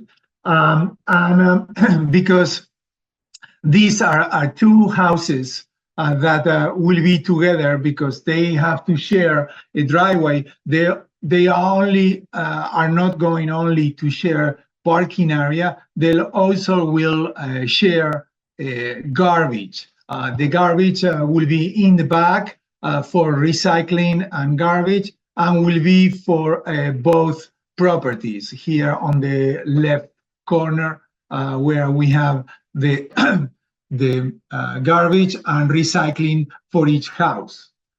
Here you see 1, 2, 3, 4 parking space outside, and then you have 5, 6, 2 parking space inside of the new house. Parking 1, 2, and 3 will be used for the existing 3-family, and parking 4, 5, and 6 will be used for the proposed new 3-family. Let me go. Mr. Roma, just if we can just stick to the survey for a quick, brief moment. Sure. Just referring to the report from the Department of Engineering under the item of survey, item 1, so 3.1. The survey shows an existing staircase and stoop in front of the existing 3-story 3-family dwelling that encroaches into the public right of way. It's your understanding, as well as confirmation from the client, that we're not aware of any easements, but we'll and is that correct? Is that your understanding? Yes, there is not any easement with the city of Newark for the front steps. Correct. On the house on the left side.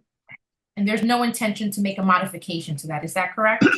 That's correct. That's an existing house, and that will remain as the existing house. Correct. And so just to, kind of provide the testimony on the record, as a result of that pre-existing condition, we understand the Department of Engineering is requesting that perhaps we provide some testimony on what the applicant will pursue. And in this instance, we were discussing with the applicant pertaining some approval from the municipality, from the city of Newark itself, with respect to that encroachment. Is that your understanding? Yes, it is. Okay, so thank you. You can proceed. Okay. Let me go back to the site plan. What we're proposing on our site plan is to create plant a new tree. There is not any tree in front of these 2 properties.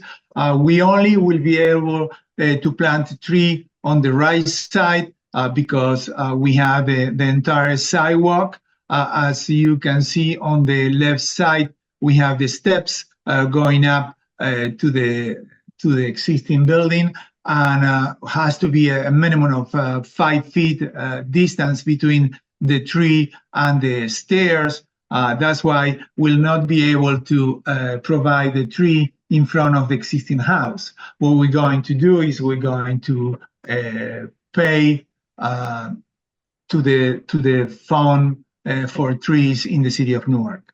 Yeah, so that was noted in one of the reports that we have insufficient shade trees, and after receipt from the engineering report, we determined that we can't provide for them, and so we are inconsistent with the city ordinance going to make that contribution. Is that correct?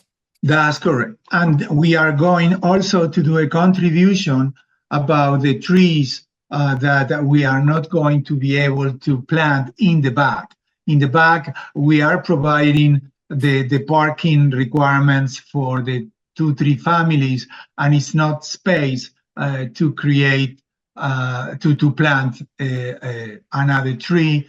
And there are some trees that are very big, 20-inch diameter, that are going to be removed for us to be able to have the parking in the back.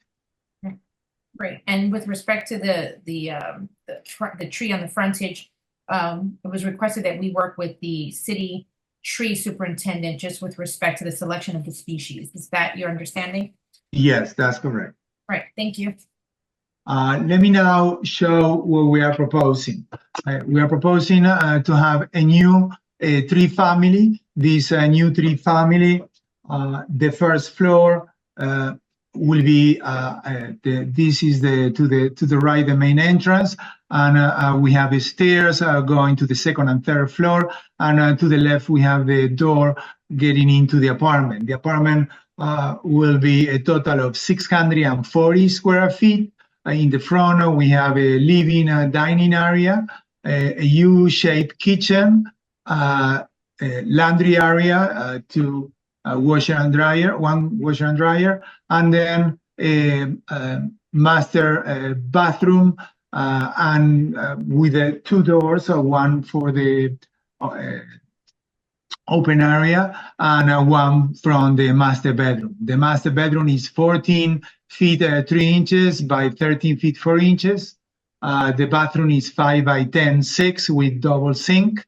As I said, in the back, we're going to provide a garage that will be big enough to have 2 cars.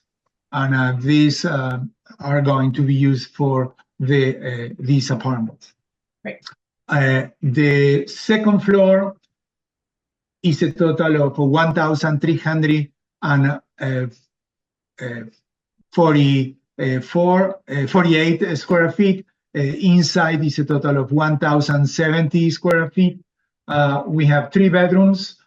In the back, we have the master bedroom with a master bathroom, 2 sinks, toilet, and a tub, and a walk-in closet. Coming to the front, we have 2 more bedrooms, 10 6 by 11, 10 6 by 11 with another bathroom and a mechanical and laundry area. We also have space for a table, for a dining room, and in the front we have a living room and a U-shaped kitchen. The third floor is similar to this. Let me go. The existing house is, as I said, 3 stories existing with a basement, and we have on each apartment on the first, second, and third floor. All the apartments are similar. They have 2 bedrooms, 1 full bathroom, kitchen, dining, and living room. The square footage of each area gross is 1,031 for the first floor. Net is 835. The second floor is 1,031, and the third floor the same. In the basement, based on the comments from the planning from the city, we are adding a laundry room that this existing 3 family didn't have it before, and the people that are renting these 3 apartments will be able to have a laundry on this building that didn't have it before. What we're doing is, I'm sorry, just to address the comment that was raised in the planner's report, where this is an addition of a new laundry facility in the existing the basement of the existing three-family house. That's correct. That house. Okay, perfect. Thank you. This is the proposed new three-family. We have this building will have, of course, a sprinkler system on each floor. We have the main entrance to the right, casement windows on the first floor. Then we have sliding doors on the second and third floor with side lights. We using brick on the main facade with vintage wood ASEC on the right side and white bore and batten fiber cement siding to the left. I have the one of the sides is on property line. That's why we cannot have any windows, and that will be a fiber cement siding. And the other side, the left side, will have the windows from the bedrooms and bathrooms. And in the back, you can see that we have the two garage doors, one for each garage, and the double hung windows. Here you can see the neighborhood, the 50 Dr. Martin Luther King Jr. Boulevard. You can see the existing three-family. Next to that is a vacant lot, 52, and to the right we have a two-family, and there are also on the neighborhood some multi-families that has been approved lately. I have a rendering to show how it looks like. This will looks like the new three-family that we're planning to build as soon as this is approved on this neighborhood. This is a new tree and a driveway, and we are not going to have any tree in front of the existing house. And Mr. Roma, just for the record, I'm board secretary. How many photographs of the renderings? Is it 2 photos? There are 2 photographs. Okay. This is just one from the front, and this is one from the side. All right, so I'm just going to mark these as A2. Okay. To the board secretary.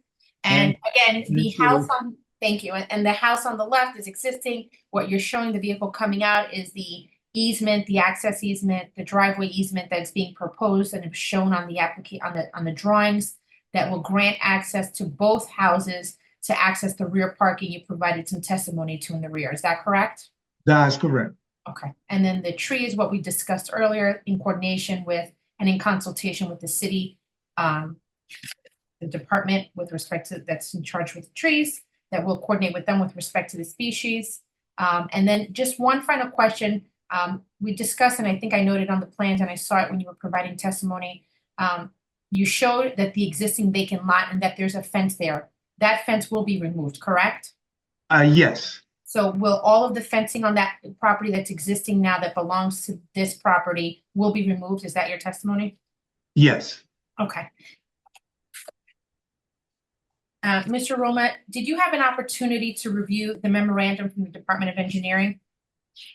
Yes. Okay. And your understanding is that the applicant can comply with all of the recommendations, revisions, and the conditions that were stated therein? Yes, and I'll also, I believe that one of the comments was that they need to have a, one second.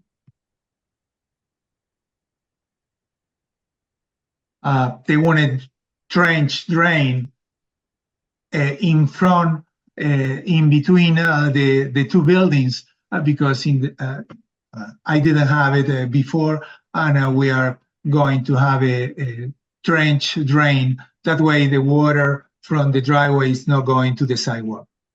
Okay. Right, and you received and reviewed the report from Mr. Fox as well as the report from Water Sewer that we just received. Is that correct? Yeah. Okay, and we have no issues with complying with those recommendations, correct? That's correct. Okay, and we've already addressed those items with respect to Mr. Barry's report. You did provide the information with respect to garbage and recycling, the 6 parking spaces. Yes, the garbage and recycling, we modify the drawings and we add more space here on the left side. The other thing that we did is we are proposing a concrete permeable pavers. One of the comments from the planner was that we cannot have the whole site with asphalt. And what I decide to do is create install pavers in the back of the property where we have the 4 outside parking spaces and the turnaround for the other 2 that are in the garage. All that area will be with a diamond-shaped pavers that can have approximately 40% void of the water that can go through. And the only asphalt pavement will be from the back of the 2 houses all the way a driveway to the front, where we're going to meet with the trench drain. Great. You answered one of my questions. My last question is with respect to the illumination levels and the lighting. We can provide confirmation that we will comply with the city ordinance with respect to the illumination levels that are required at the building entrances, correct? Yes, that's correct. And throughout the property, is that correct? Yes. Okay. I have no additional questions for Mr. Roma. All right. I see that Mr. Traficante's hand is raised. I'd also like to note we do have Mr. Khan available, so if there are specific engineering questions. Okay. Thank you. Thank you. Mr. Traficante, do you solemnly swear the testimony about to this board shall be truthful? I do. And we don't need to recite your name, address, and the whole bit, your affiliation just for the city of Newark? Thank you. Yes. My name is Charles Traficante. I'm a principal engineer and a professional engineer. I currently work for the city of Newark, Department of Engineering. My license is active and in good standing with the state board. Duly certified, duly addressed. Thank you. All right. Proceed, Mr. Traficante. Thank you. Mr. Roma, 2 quick questions, if I may. In the engineering report to the planning board dated July 15th, 2024, on page 2, under item 3, survey, Roman numeral 2. Survey indicates the existing 3-story 3-family dwelling within subject lot 6802 encroaches into the public right-of-way for Dr. Martin Luther King Jr. Boulevard by as much as a foot. Applicant and property owner shall provide testimony to the board as to what approvals easements they have been granted by the city of Newark to allow for this existing building encroachment. Should no approvals easements exist, the applicant and property owner shall provide additional testimony to the board as to the future disposition of this existing building encroachment into the public right of way should the board approve this application. Can you add to that, Mr. Roma? I think that Jennifer Carrillo can answer that. The building is an existing building. We're not planning to touch or do any modification to the front of the building. If we need to get an easement from the city, we're going to do it. All right. Correct. All right. And last question. On page 3, under item 4, Roman numeral 9, applicant shall provide testimony to the board as to the status of the proposed common ingress-egress driveway easement and the utility easement shown between subject lot 6801 and subject lot 6802, block 483, located to the north. Are those in place yet, or is that all part of the subdivision approval? No, it's subject to the approvals. If we get the approvals, we're going to do it. So it's part of the minor subdivision. Yes. Correct. No further questions. Thank you. All right, thank you, Mr. Traficante. All right. So we don't need to, Mr. Khan, are you good with the presentation of your information? Yes. Yes. That's correct. Yes. All I'm right, good. beautiful. Mr. Flynn, would he be the next person to testify? He's my last witness. Beautiful. Thank you. Hi, everybody. Good evening. Yes, good evening. Do you solemnly swear the testimony about to give this board shall be truthful? Please state your name and affiliation for the record. And I do. Ms. Yeah. Perez will quantify you and qualify you. Thank you. Sure. Name is Matthew Flynn, Flynn. Business address 101 Gibraltar Drive, Morris Plains, New Jersey. Right. Mr. Flynn, can you please provide the board the benefit of your educational background and the status of your license? Sure. My education comes from Rutgers. I have my master's degree in planning and public policy. I have my professional planner's license in the state of New Jersey, as well as my national licensure, which is the AICP license. Great. And you've appeared before the City of Newark Planning Board and been accepted as an expert and a professional planner. Is that correct? I have. All right, great. I'd like to submit Mr. Flynn as an expert limited to planning. All right, Mr. Flynn, you are approved. You can proceed with your testimony. Thank you. With the chairwoman's permission, I do have an exhibit that I could put on the screen. And we'll mark this as A3, please. So exhibit A3, while I get that up here, is going to consist of 2 pages utilizing drone photographs taken by my office, and then the second page is going to be a simple tax map. So basically what you see on page 1 here of exhibit A3, this was taken earlier today by my office. What we're looking at is a 5,435 square foot lot, which is over double the minimum requirement in the zone. 2,500 square feet is what is required for 3-family dwellings. So I'd say by virtue of the oversized nature of the lot, what we do have with the existing building off to the left here, the opening on the right there does sort of look like a vacant lot in the context of the neighborhood and the other size lots around us. We heard from our architect regarding this proposed subdivision. Both lots are going to be over the minimum required lot area, so we're not proposing any lot area variances for the 2 newly created lots.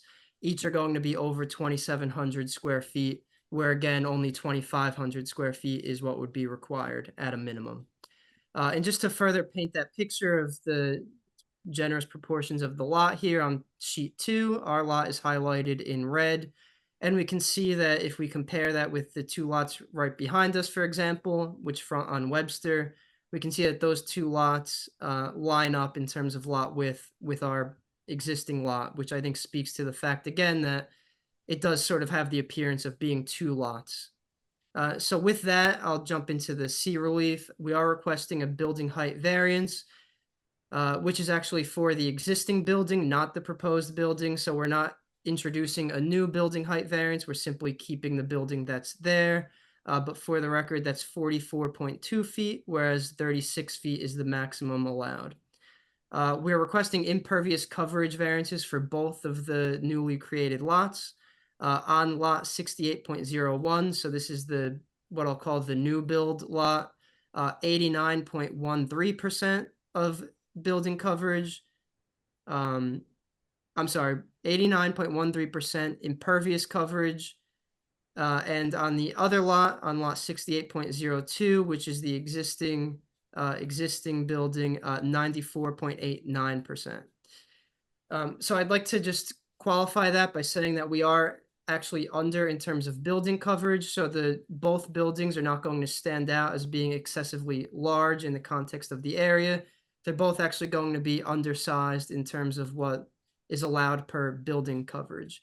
And the reason I bring that up is because from the street, what you're going to see are the building masses themselves. You're actually not going to see this impervious area, which is behind the buildings. So I would say from a visual standpoint, it's not going to stand out as being a variance condition. So those variances, I think, are justified by the C2 balancing test. The benefits outweigh the detriments. The benefits coming from the municipal land use law, purpose A, promotion of the general welfare, This is going to provide for a variety of housing types in appropriate locations, again, providing a permitted use, providing what we call missing middle housing. Not everyone can afford to live in a single family home. Not everyone wants to live in an apartment building. So 2-3 family lots like this are a good middle ground. Purpose G, variety of uses in appropriate locations. Again, it's a permitted use in the zone and it's on an oversized lot that can accommodate same. Purpose M, efficient use of land. We're substantially compliant in terms of setbacks, noting that in the rear where we do have that impervious condition, our setbacks are at 42.5 feet and 45 feet. We only need 30 feet in the back, so we are going to be pulling the building mass adequately away from what's happening behind us. And purpose I, desirable visual environment. Again, building coverage, setbacks all comply. So I think that from a visual standpoint, this is going to look exactly what it's supposed to look like per zoning. In terms of the negative criteria, no substantial detriment to the public or to the zone. Again, in terms of zone conformance, building coverage, parking requirements, setbacks is all in compliance here. And the impervious coverage, like I said, is really concentrated in the back of the site, which is buffered by the building itself. So it's not going to stand out from the street view as being an overly impervious lot. And again, the proposed buildings are substantially smaller than what would be allowed per code. Just to give the numbers on those, one of our lots is at 49%. We're allowed to go up to 55% in terms of building coverage. And the other one being at 37%, whereas again, we're allowed to go up to 55%. So I think all said, when we look at the application as a whole, we're really looking at something that's going to fit right in the context of the neighborhood, in terms of the size of the buildings not being egregious by any means, and also where these variance conditions take place in the back of the site, and in order to accommodate the required parking. I don't think it's going to stand out as being a detriment to the neighborhood or to the zone. So with that, that's my testimony. Thank you, Mr. Flynn. Thank you, Mr. Flynn. Commissioners, do any of you have any questions for Mr. Flynn? All right, I don't see any questions from the commissioners, but I'll ask. With regards to that existing building, in the photographs that were shown, there seemed to be some graffiti or other artwork on the front of that building. Are we going to remedy that? Yes, if there's any graffiti, we will certainly remedy that. All right, and then the second question is with regards to the contributions to the tree fund. How many trees are we contributing for? Mr. Roma, I think 3. 3. All right, so that's 3. All right, thank you for answering those questions. Commissioners, any other questions? All right, seeing none, do we have any questions for members of the public? Seeing none at this time, Madam Chair. Beautiful. Would someone present a motion with regards to this application, please? Motion. Motion presented by Commissioner Baez. Second. And seconded by Commissioner Scott Roundtree. Madam Secretary, roll call, please. Commissioner Purdy, Yes. Commissioner Baez, Yes. Commissioner Timmons, Yes. Commissioner Scott Roundtree,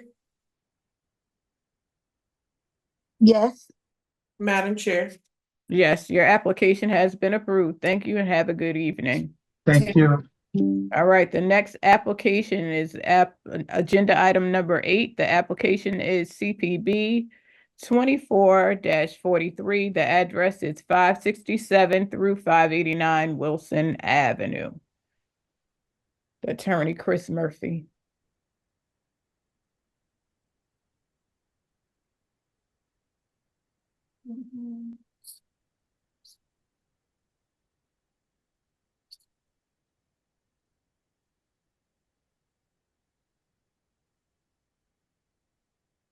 Oh, there he is.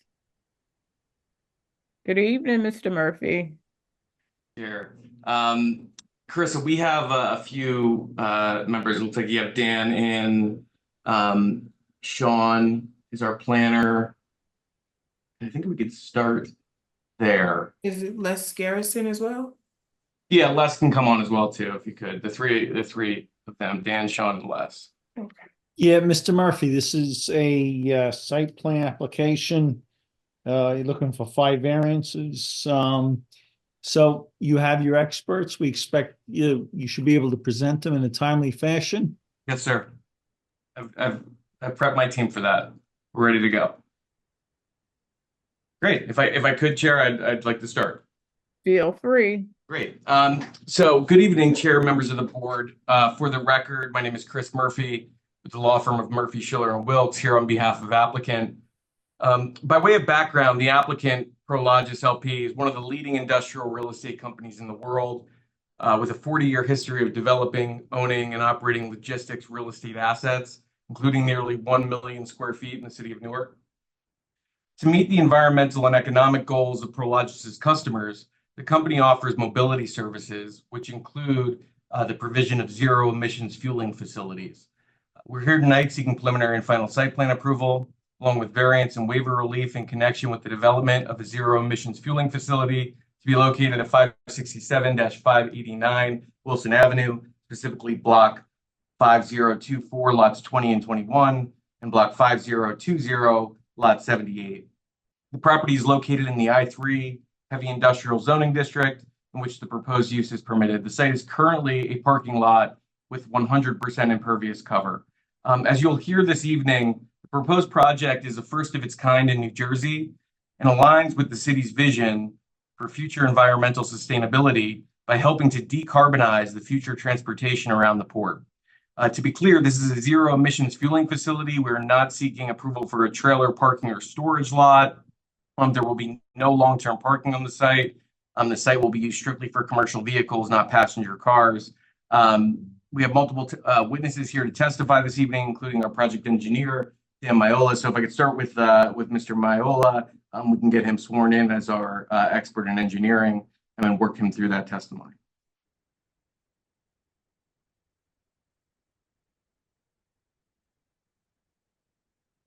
Mr. Beck, you are on mute, I believe.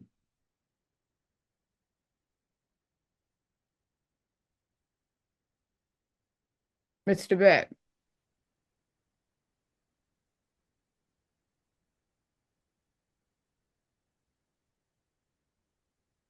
Mr. Barry, can you swear him? Sure. Mr. Maiola, good evening.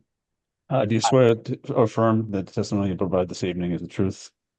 Yes. Thank you. And Mr. Murphy, you can qualify Mr. Maiola. Sure. Thank you, Mr. Barry, for filling in. As a member of the bar, Mr. Murphy didn't have to swear himself in, but we got it. I did. Thank you, Counselor. Let's move forward.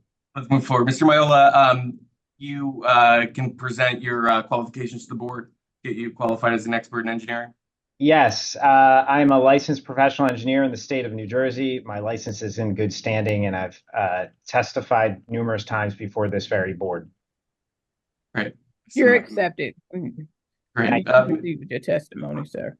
Thank you, Chair. Mr. Maiola, can you present the plans that we've submitted to this board? I know we have a few exhibits. We'll start with A1, which is an aerial exhibit. If you could bring that up, we'll mark that and get that submitted. Yes, hopefully you can see my screen. We can. Great. What I'm pulling up is an aerial photograph of the existing site. Just to describe the existing site and then orient the board, I'll go into that first before I get into the site plan components of the application. So for starters, this site is about 5 acres, 4.93 acres. It's located at the intersection of Wilson Avenue and Avenue P. It's comprised of 3 distinct block and lots. Block 5024, lots 20 and 21, and block 5020, lot 78. As you can see on this exhibit, the site was being utilized as a trailer parking lot. There's, I believe I counted at least 100 trailer parking spaces. As also indicated on this aerial exhibit, the site is basically 100% impervious with no formal trees, shrubs, or landscaping of the kind. I will now toggle to my next exhibit, which is a more zoomed out aerial, just so the board can understand where we are within the city of Newark and within the Ironbound. Very quickly, Dan, we're going to mark this as A2. It's aerial exhibit zoomed out, and we'll provide that to the board. Go ahead. Yes. So what's shown here is the subject property, which is highlighted in blue. The New Jersey Turnpike, which forms the western boundary of the property, which goes from page left to right. And you can see Wilson Avenue and other well-known roadways throughout this part of Newark, including Doremus Avenue, Delancey Street, and even the Passaic River is down here at the bottom right of the screen. But the main intent was just to highlight that we are solidly in the middle of the industrial part of the Ironbound. This is a I3 zoning, which is the heavy industry zoning of the city, and where this property is located, how it's abutted by the turnpike and streets like Wilson Avenue and Avenue P. It is squarely in the heart of the I3 zone.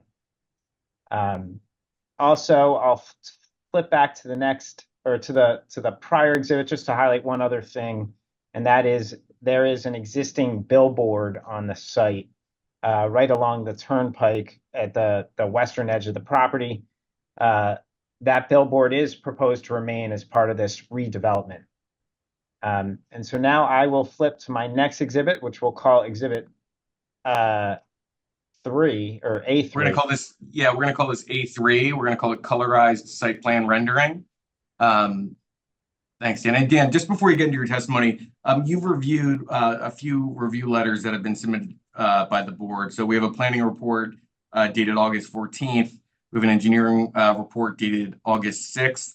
And we have a water and sewer report dated August 19th. As a condition of approval, should the board grant approval this evening, we'd be willing to comply with those recommended conditions in those letters. Obviously, if there's anything you need to clarify this evening, we'll do so we can get that into the resolution. But as a general statement, is that correct? Yes, I've reviewed those 3 comment letters and can represent that we will comply with the comments contained therein. Great, you can continue. Thank you. So what we're proposing for this project is to redevelop the site into a zero-emission vehicle fueling facility. And zero-emission vehicle fueling facility is basically a charging station for trucks, including tractors with trailers in tow, or just the tractors themselves. So this is really a fueling station of the future, anticipating that there'll be more zero-emission vehicles, mainly electric powered, that will need sites like this in order to charge before continuing on their route. So this is a really, a kind of a modern, energy efficient and sustainable use that we believe there'll be demand for in this part of the state in the coming years. And so this applicant wants to be on the forefront of that and is proposing to redevelop this site accordingly. So with that being said, operationally, tractors and trailers will access this site, charge their batteries, and then depart after charging is complete. Not unlike what a Tesla would do, or a Rivian, or another electric vehicle. We have proposed 22 charging stalls for trailers, or tractor trailers, which are the larger stalls shown at the Avenue P side of the property.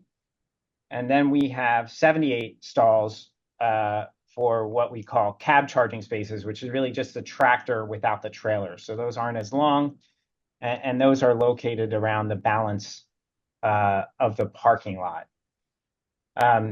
The parking stations or the parking stalls are defined as commercial vehicle parking based on the city ordinance, which is a permitted use in the zone. Just some other, I guess, dimensional testimony. The tractor spaces are 12 feet wide by 28 feet long. The trailer spaces are 15 feet wide by 80 feet long. Again, they need that additional length due to the trailer that's in tow. In addition to that, we have a couple other site plan components to go over. The first is an amenity lounge, which is really a small convenience building for folks to go in while their vehicle is charging. That's a little under 3,000 square feet at 2,820 square feet. That building, which is located on the northern part of the property, is about 7 feet from the New Jersey Turnpike right of way, and we therefore need a front yard setback variance, which requires a minimum of 10 feet setback. And again, we are a little under 7 feet at 6.9 feet proposed. The site does comply with setback requirements off of Avenue P, off of the rear yard, as well as off of Wilson Avenue. But again, we need that relief for the setback off of the New Jersey Turnpike. In addition to the amenity lounge itself, we do have a plaza area to the west of it, which will be an outdoor area for the customers to use. To the other side of it, the east of it, we have outdoor yard area for electric equipment, which includes electric gear like switch gears and transformer. In front of the amenity lounge, we have 8 car parking spaces. Showing those car parking spaces will be 18 feet by 9 feet wide, which also complies with the Newark ordinance. Access into the site will be provided off of Avenue P. This will be a one-way driveway just for ingress.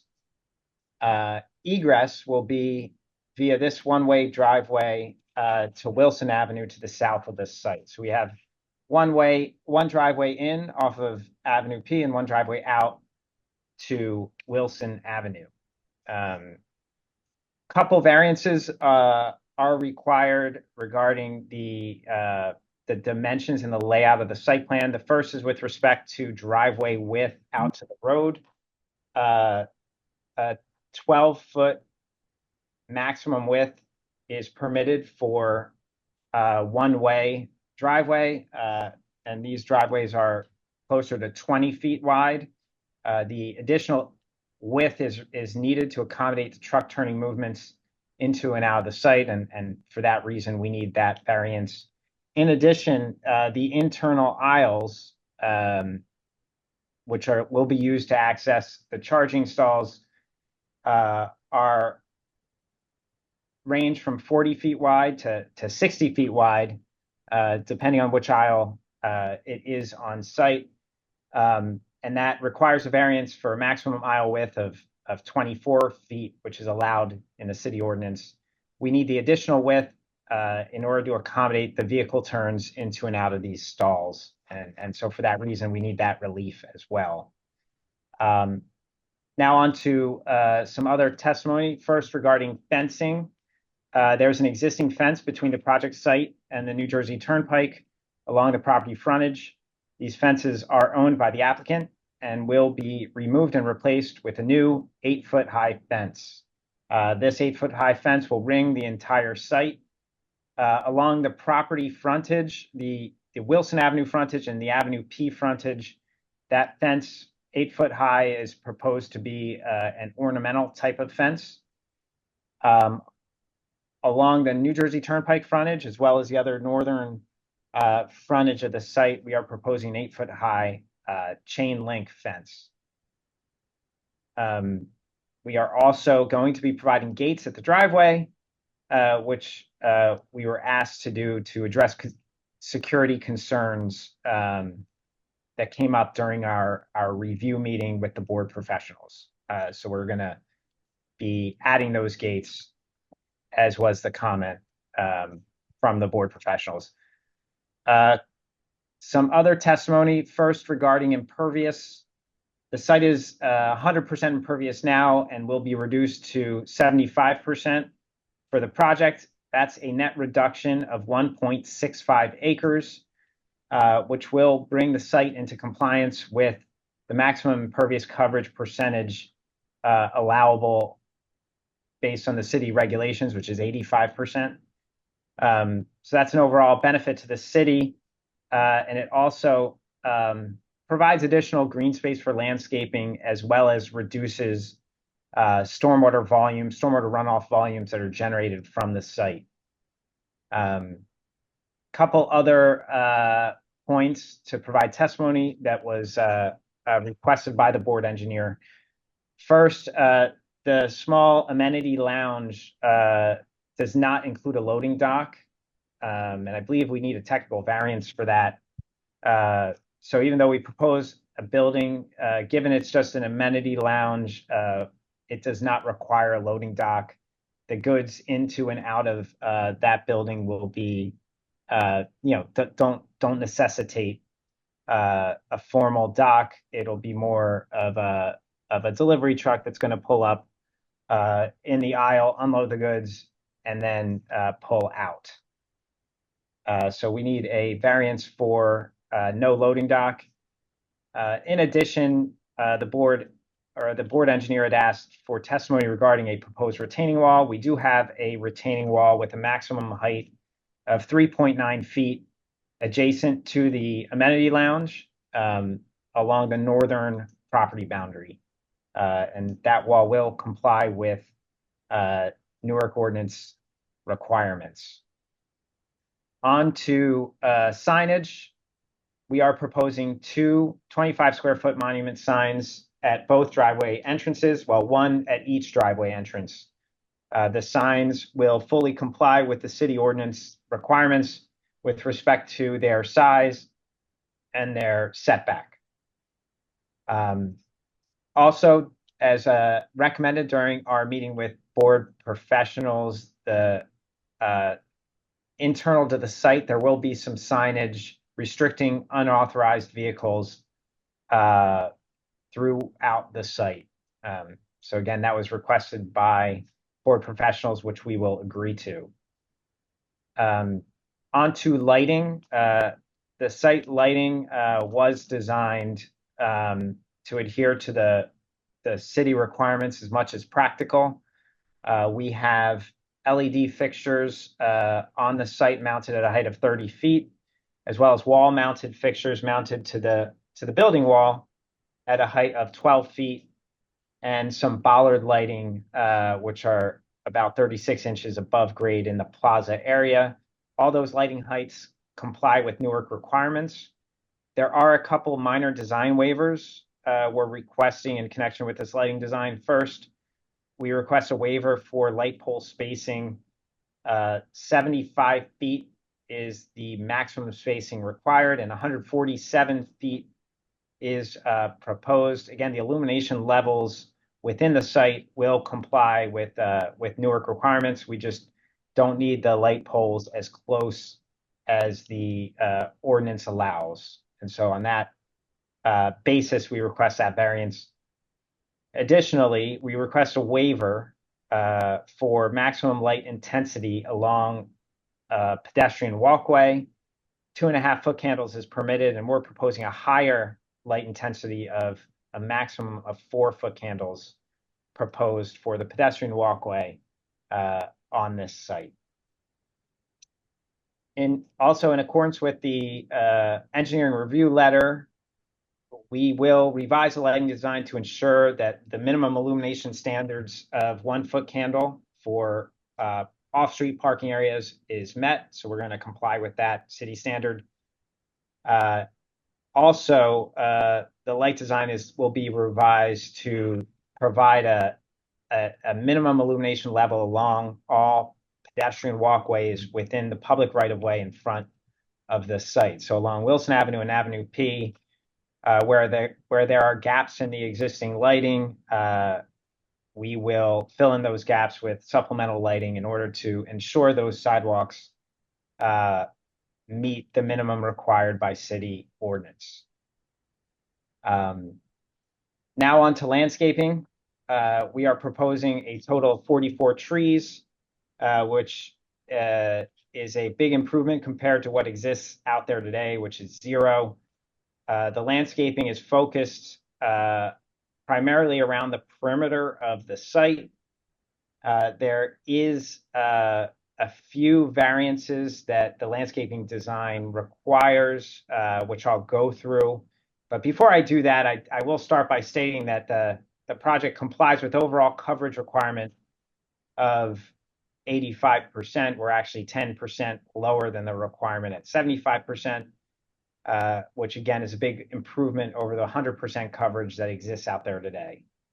So with that being said, we do request a few variances and waivers for landscaping. First, 1/10 of all parking areas is required to be landscaped with planting material distributed within that area. We don't have many interior landscape islands proposed here. We have some end caps around the driveways into and out of the site, but we fall short of the 10% landscaping requirement. And so we're asking for relief from that city standard. In addition, we are required 50% of the parking area to be shaded after 15 years. Also, 15% of the area is required to be reserved for landscaping. And lastly, 5-foot buffer is required, which can consist of decorative fencing, but we have chain link fencing, as I mentioned, along the turnpike and the northern side of the property. So a lot of those requirements could be addressed by introducing more interior landscape islands throughout the site. But interior, landscape islands in the middle of the site will inhibit truck turning movements, and really, that whatever curb ends up being proposed is going to be rubbed by tires and ultimately put into disrepair. And so instead of providing these islands within the site, we're providing our landscaping around the perimeter of the site, which is in much larger landscape areas where the trees will do better as well than right in the middle of the site. We are keeping all the street trees that exist as well as supplementing them where needed. We are required to have 31 street trees. Right now, our plan proposes 24 total trees.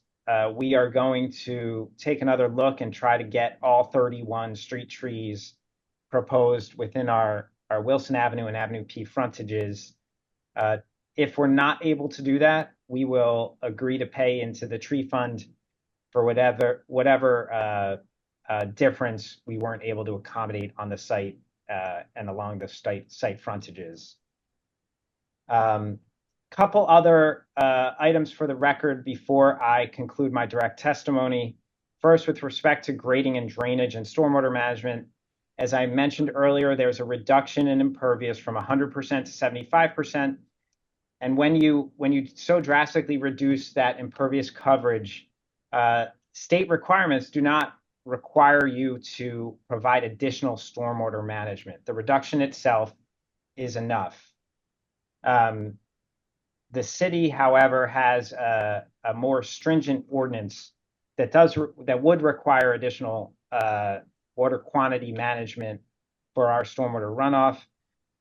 I've met with city professionals regarding our inability to provide that additional stormwater management due to the site being underlain by contaminants that do not allow us to infiltrate the water. I've also had the opportunity to review the stormwater comments provided by the engineer, the board engineer, and can represent that we will do the additional or make the additional plan revisions to our stormwater management design to address those comments. Those comments include, instead of providing a swale along the perimeter of the site, providing a trapezoidal ditch. In addition to that, the board engineer asked that we provide water quality management, which we can do through the use of green infrastructure mechanical treatment devices that will clean up our runoff before discharge. So we still need the waiver for water quantity management, but we will further improve water quality through the introduction of these mechanical treatment devices, and we will put in the trapezoidal safe ditches as requested by the board engineer. So a couple other items before I conclude. The site does have on-site monitoring wells. All these wells will be removed before construction and installed back after the completion of construction in accordance with the site's and the state's environmental regulations. With respect to waste hauling, any waste generated on this site will be managed and hauled off by a private waste hauler that's hired by the applicant and owner.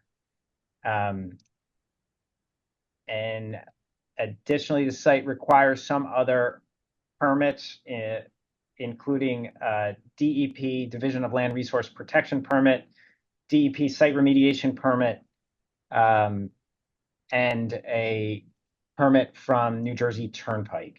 And so those permit applications are filed and are pending. And so that really concludes the direct testimony I have for this evening.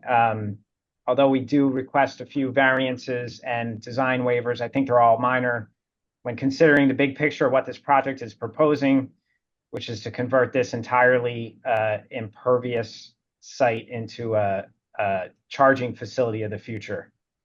And so that concludes my direct. Thank you, Mr. Miola. Thank you, Dan. Chair, I have no further questions for this witness. All right, but we see Mr. Traficante's hand is raised. Come on, sir. Yes, ma'am. Good evening, Mr. Traficante. Do you solemnly swear the testimony about to give this board shall be truthful? And please briefly state your name and affiliation for the record. Yes, I do. My name is Charles Traficante. I am a principal engineer and a professional engineer. I'm currently in the employment of the City of Newark, Department of Engineering.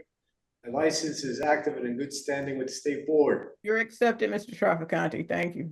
Thank you. Mr. Miola, in the engineer's report to the board dated August 6th, I believe, on page, okay,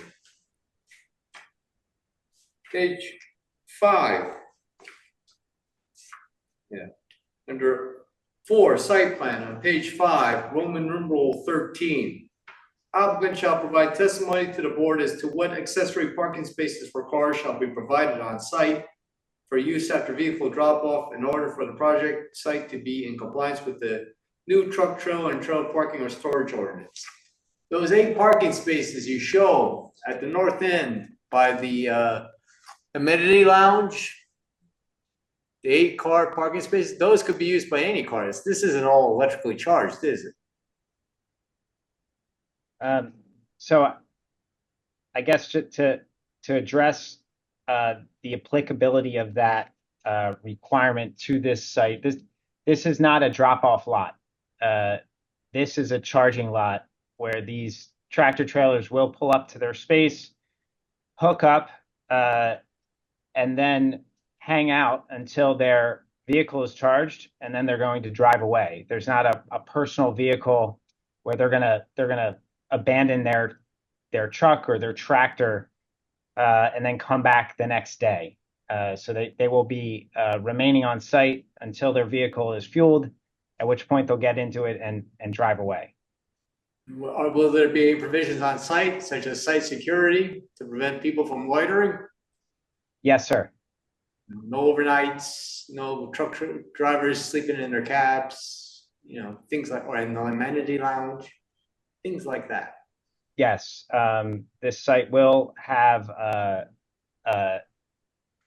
security, and that will be monitored as part of the normal site operations here. All right. Next question. Under item 5, grading and drainage plan, on page 7 of the report, Roman numeral 8, applicant shall provide testimony to the board as to what approvals they have been granted by the New Jersey Turnpike Authority to be allowed to discharge concentrated runoff onto New Jersey NJTA property by way of a 2 feet wide by 1 foot deep drainage swell. Have you gotten any approvals from the New Jersey Turnpike, or are you We need an approval, as is identified in this comment, and we've applied to them.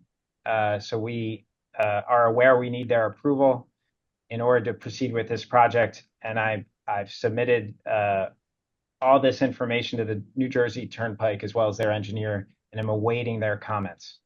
So you have not heard back from them yet? No, I have not. All right. And just to sum up, as far as the fencing goes, just for the record, all the fencing that encroaches into the common property line with the Jersey Turnpike belongs to your client. That's all going to be removed and replaced on the subject lot or subject site. Is that correct? Yes. Likewise, the fencing that encroaches in the public right-of-ways along Wilson Avenue and Avenue P, that also belongs to your client. That has to be removed and replaced with the subject site as well. Is that also correct? Yes. All right. I guess last question. We understand you're making a lot of improvements, and I know the lot's 100% impervious as it stands now, even though it is a contaminated site for the most part. All right, and you did, for the record, say the monitoring wells will be removed in accordance with DEP approvals. The monitoring wells. They're not going to be removed, but they'll be abandoned while this work is being done, and then reestablished once the work is complete. So then will they be raised to grade and made accessible 24/7? Yes. Yes, sir. All right, just for the record. There's lots going on, and I've been asked or to suggest the engineering department recommends to the board that as a condition of approval, the design engineer for the applicant agree to meet with the Department of Engineering, Department of Water and Sewer, and themselves to finalize the final design of the stormwater collection, conveyance, and I guess retention, whatever detention retention you're proposing. Though it may not meet the city ordinance, it does meet state ordinance, right? Correct. And I have met with the city stormwater engineer, Mr. Shakri, and have gone over his comments and can represent that I will comply with his comments if we were to be approved as part of resolution compliance. But going forward, would your client be willing, as a condition of approval, the engineering department recommends as a condition of approval, to meet not just with the Department of Engineering, but the Department of Water and Sewer to finalize your design for stormwater quantity and quality control? Yes. All right. No further questions. Thank you. Thank you, Mr. Traficante. Yeah, Mr. Traficante, if I might, hold on.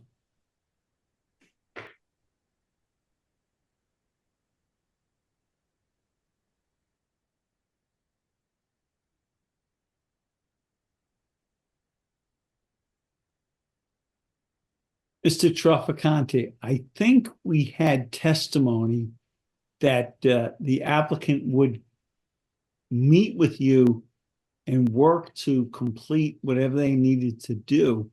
And I think they said that previously.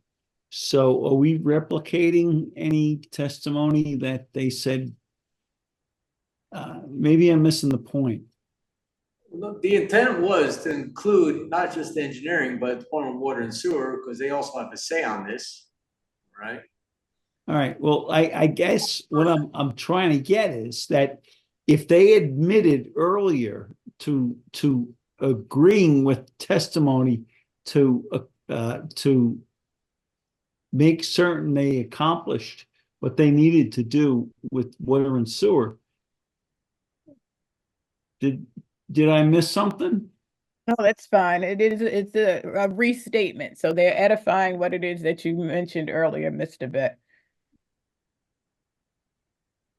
All right, well, I guess I was just trying to give the applicant the benefit of the doubt to say that he recognized there was an accomplishment he needed to achieve, and he's willing to do it, and he's willing to do it within the time frame, and he's willing to do it under the nuances of Newark. All right. Thank you much, sir. Commissioner Byers, you have your hand raised? Yeah, two quick questions. Mr. Traficante almost asked the question that I was going to ask. I see where it's a parking space for the lounge. I see two little spots in the left-hand side on the south side, north-south. Is that of disabled parking and the little blue spot that you're seeing in there? Yes, there is a accessible space at the end that's shown there in blue. You're correct. It's a 1 or 2, sir. 1. Okay. Going back, thank you for that question. Second question. It's a parking space. Supposedly 10, 15 cars coming to the lounge. You mentioned that those other parking is only for charge. So supposedly 15 car, 12 car came to the lounge to eat whatever, buy some food. Where would they be able to park? I just looking at the little right there, and I think it's very important. So we expect this site and this lounge to be used by the drivers of the cabs and the tractor trailers, and that it's really meant for them. And as I indicated, there will be 24/7 site security to make sure that this site is used the way it was intended. With that being said, we provide some passenger cars for the security vehicles or the security personnel themselves, and just the employees of the site. The folks that are working at that amenity lounge will need a place to park. So you telling me that if I'm coming from the outside, I don't have a car to charge. So you're telling me that people from the outside they cannot come in to eat at that place or grab some food too? That's great. And Mr. Member Baez, just to confirm, when we say amenity lounge, we're not talking about a restaurant or any kind of thing like that. We're talking about a place for people to come inside. There might be some tables. There might be a vending machine. We're not talking about they might bring a lunch to eat their lunch inside under a nice, more climate-controlled environment. It's not a lounge open to the public. Thank you, Mr. Murphy. And thank you. That answers your question. All right, who's your next professional who's testifying? We're going to bring up our planner to wrap up this presentation. Sean Moranowski. Really? I see Chris Wade's hand is raised.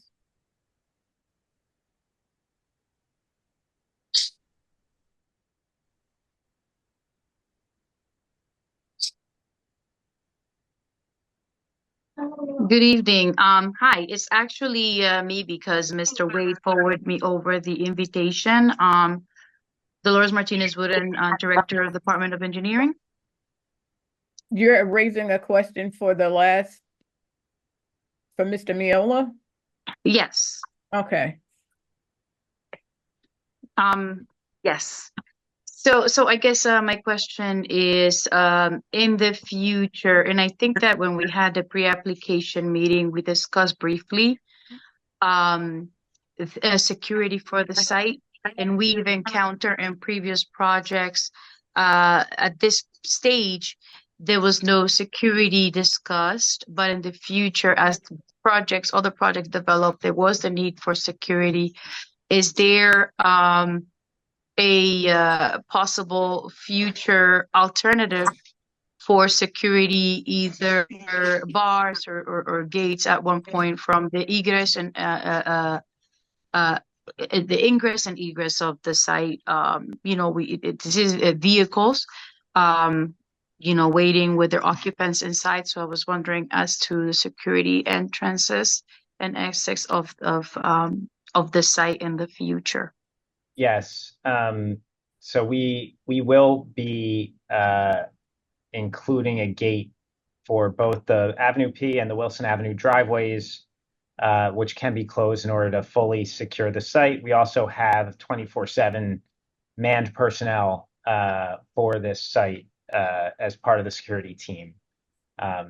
So yes, we will, as part of compliance, add those gates across these driveways. Excellent. Thank you. Thank you for your answer. All right. Thank you much. All right. Mr. Murphy, if you can call your last witness. Sure. Thank you, Chair. Sean Moranowski, Mr. Beck, we can get him sworn in.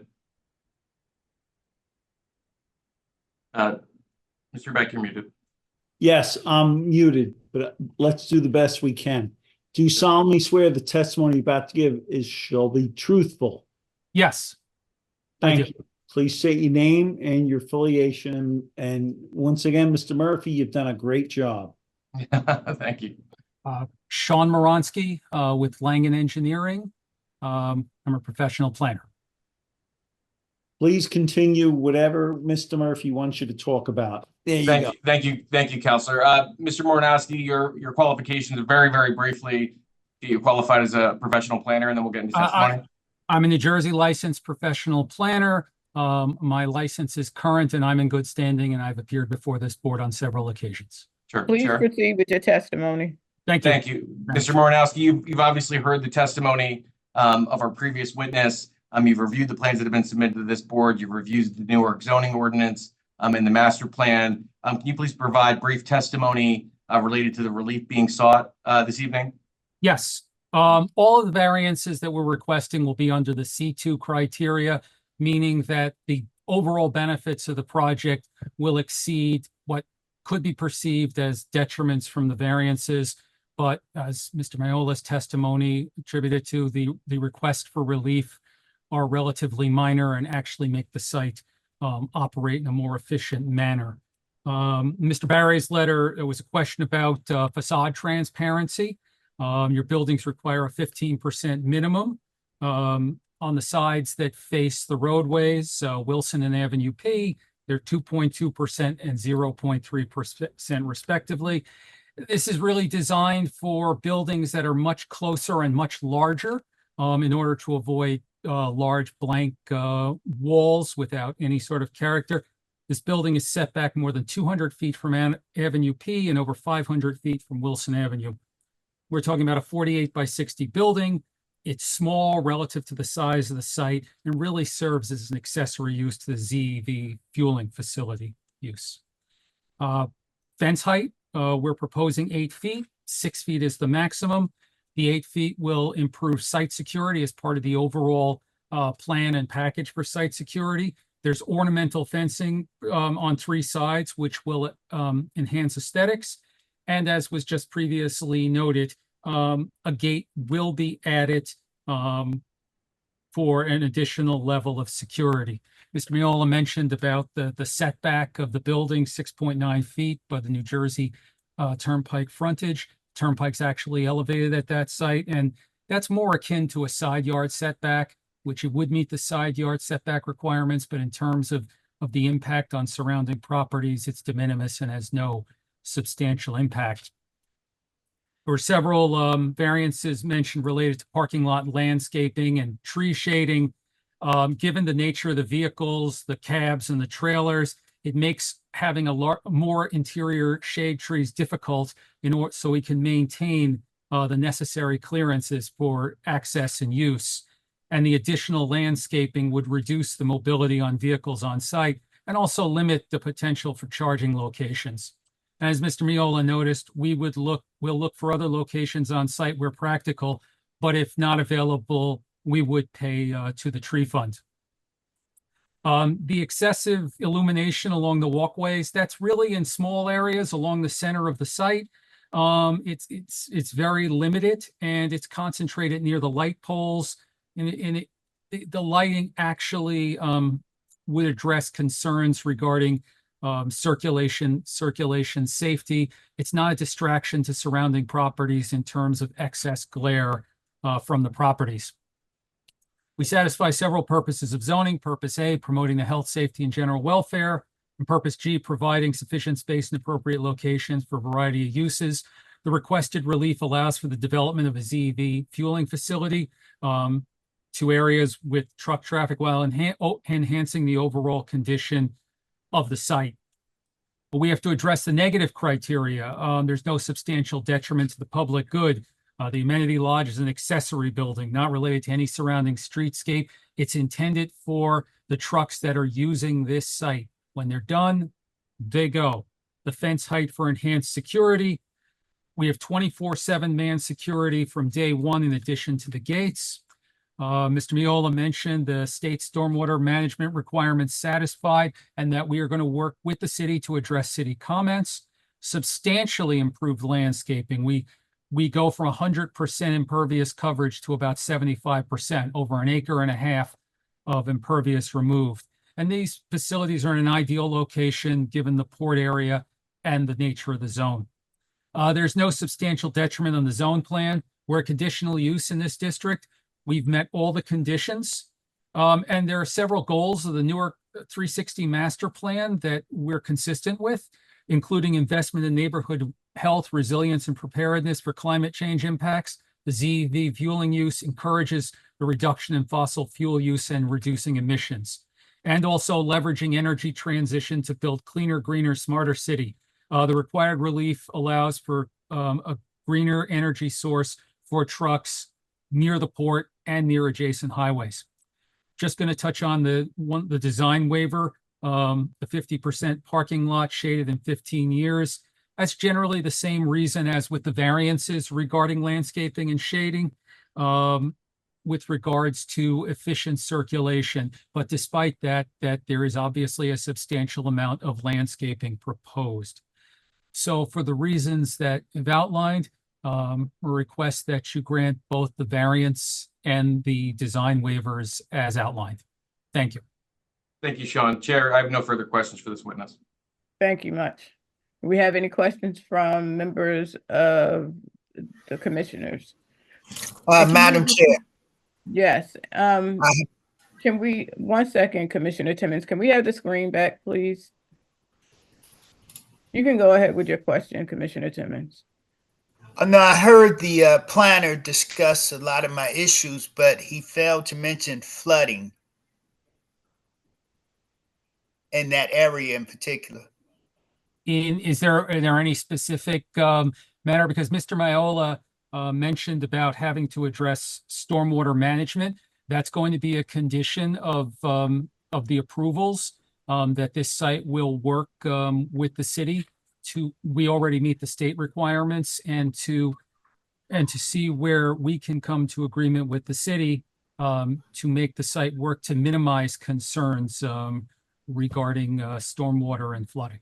And if I could just add a little bit more to Mr. Moronsky's comment. This site. Please put your name on the record. Sure. Dan Miola, applicant engineer. This site requires what's known as a flood hazard permit from the DEP. So we are not able to redevelop the site as shown here until we get that permit. And as part of that, the state looks at the impact of this project on regional and local flooding. So the state has policies within their requirements under that permit that we have to demonstrate we comply with. And I'll just tell you from a layman's point of view, the project is going from 100% impervious to 75% impervious. So we're taking a 5-acre site and we're removing an acre and a half of pavement and of impervious, and we're replacing it with landscaping, trees, shrubs, grasses. And so that that alone will reduce stormwater runoff generated from this site, and it will, have an improvement to the regional flooding experienced by this area. I say improvement, it will not fix the flooding that exists on Wilson Avenue and further, I guess it's east of this site on Avenue L. But taking an acre and a half of pavement and replacing it with vegetation, in and of itself will be an improvement. So you have actually applied for the improvement, correct? Yes, we've applied for the flood permit with the state. Okay. Madam Chair, if I may.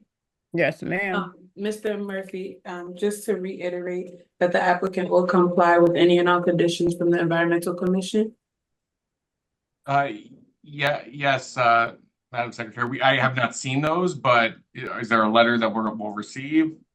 It should be forthcoming. If they do have any, you just want to put it on the record that you can. Yeah, I would say, in light of the fact that I haven't reviewed it, that we will work with the Environmental Commission to comply with any conditions that they may have to the best of our ability, of course. Hopefully they like the project. It is a first of its kind sustainable project in Newark, so we're hopeful. Thank you. Right, Miss Counsel. Typically, you get a letter from engineering, water, sewer, environmental. You agree to comply with the conditions they set forward, correct? Yes, sir. Okay, thank you. All right. Are there any other questions from any of the commissioners? All right. Seeing none. If there are any members of the public who have any questions, press star 9 or raise hand, please. We do have a question, Madam Chair. We have a couple, actually. Good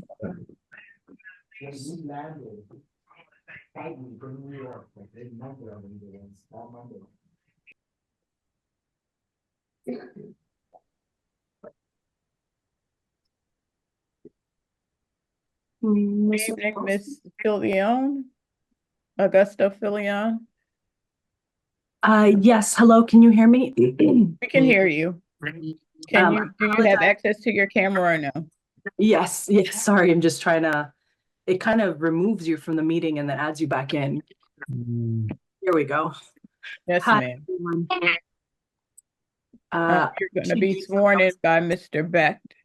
Then you have 3 minutes. You solemnly swear the testimony about to give this board shall be truthful. Yes. Thank you. Please state your name, address, and affiliation for the record. Sure. My name is Natalie Agostofilion. I'm a resident of 51 Davenport Avenue in the North Ward. I apologize, I'll be looking off screen for a bit because I know there's a 3-minute limit and we've all been here for hours. So thank you, first of all, for allowing me to speak this evening, Madam Chair, members of the Central Planning Board. I'm commenting on this application on my own behalf, though I would like to state that I'm a future, I hope, a member of the Newark Environmental Commission, former Chief Sustainability Officer for the City of Newark, and one of the primary authors of the Newark Environmental Resources Inventory, which was published in 2021 in close coordination with the Environmental Commission and the Newark Office of Planning and Zoning.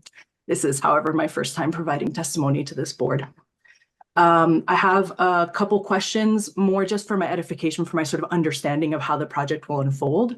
Most of my sort of nitty-gritty questions were addressed through the presentation. I appreciate that.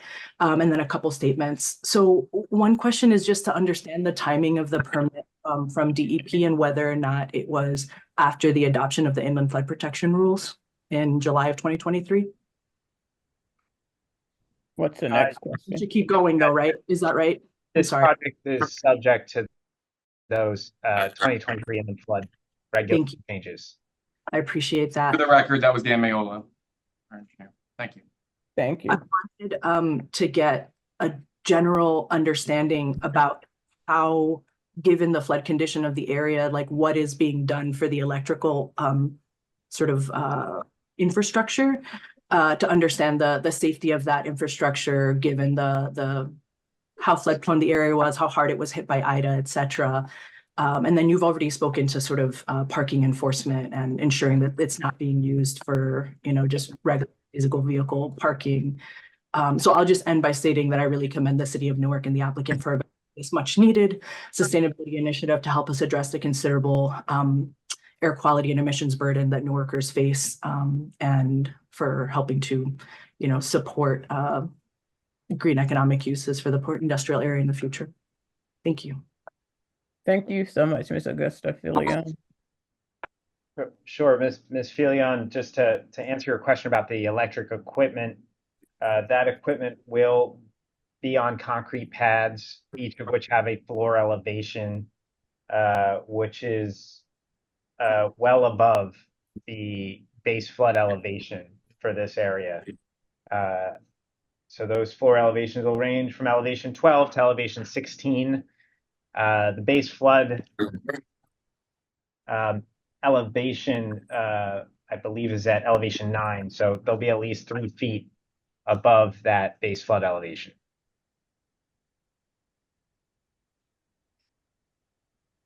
And Madam Chair, if I could just ask one more question, if that's okay. I don't know. Please do.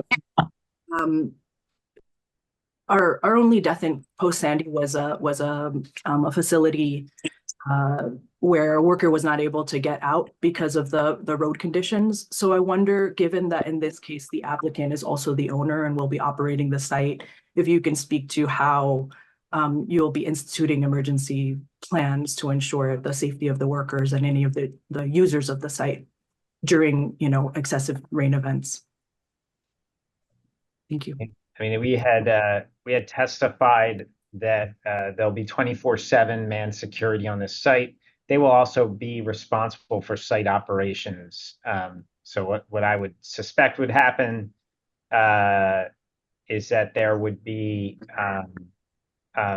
probably one of those emergency alerts that everyone gets, and all the adjoining and regional property owners would get, and they'd be able to safeguard and prepare for the pending flood. This site will be elevated above the flood itself. The surrounding roads, particularly Wilson Avenue to the east of here, will remain at its elevation, which will be lower than that base flood elevation. But this site itself, should be elevated high enough that it would not be affected by that flood event. Thank you. I appreciate your time. Thank you, ma'am. Thank you for your very thoughtful contributions and your future contributions as well. All right. Are there any other public questions or comments? Yes, we have one more, Madam Chair.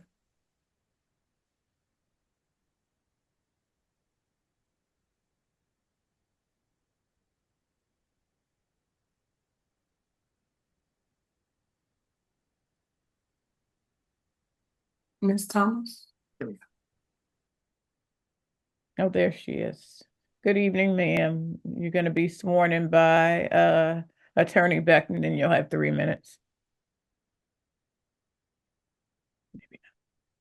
Do you solemnly swear the testimony about, hold on 1 second. Do you solemnly swear the testimony about to give shall be truthful?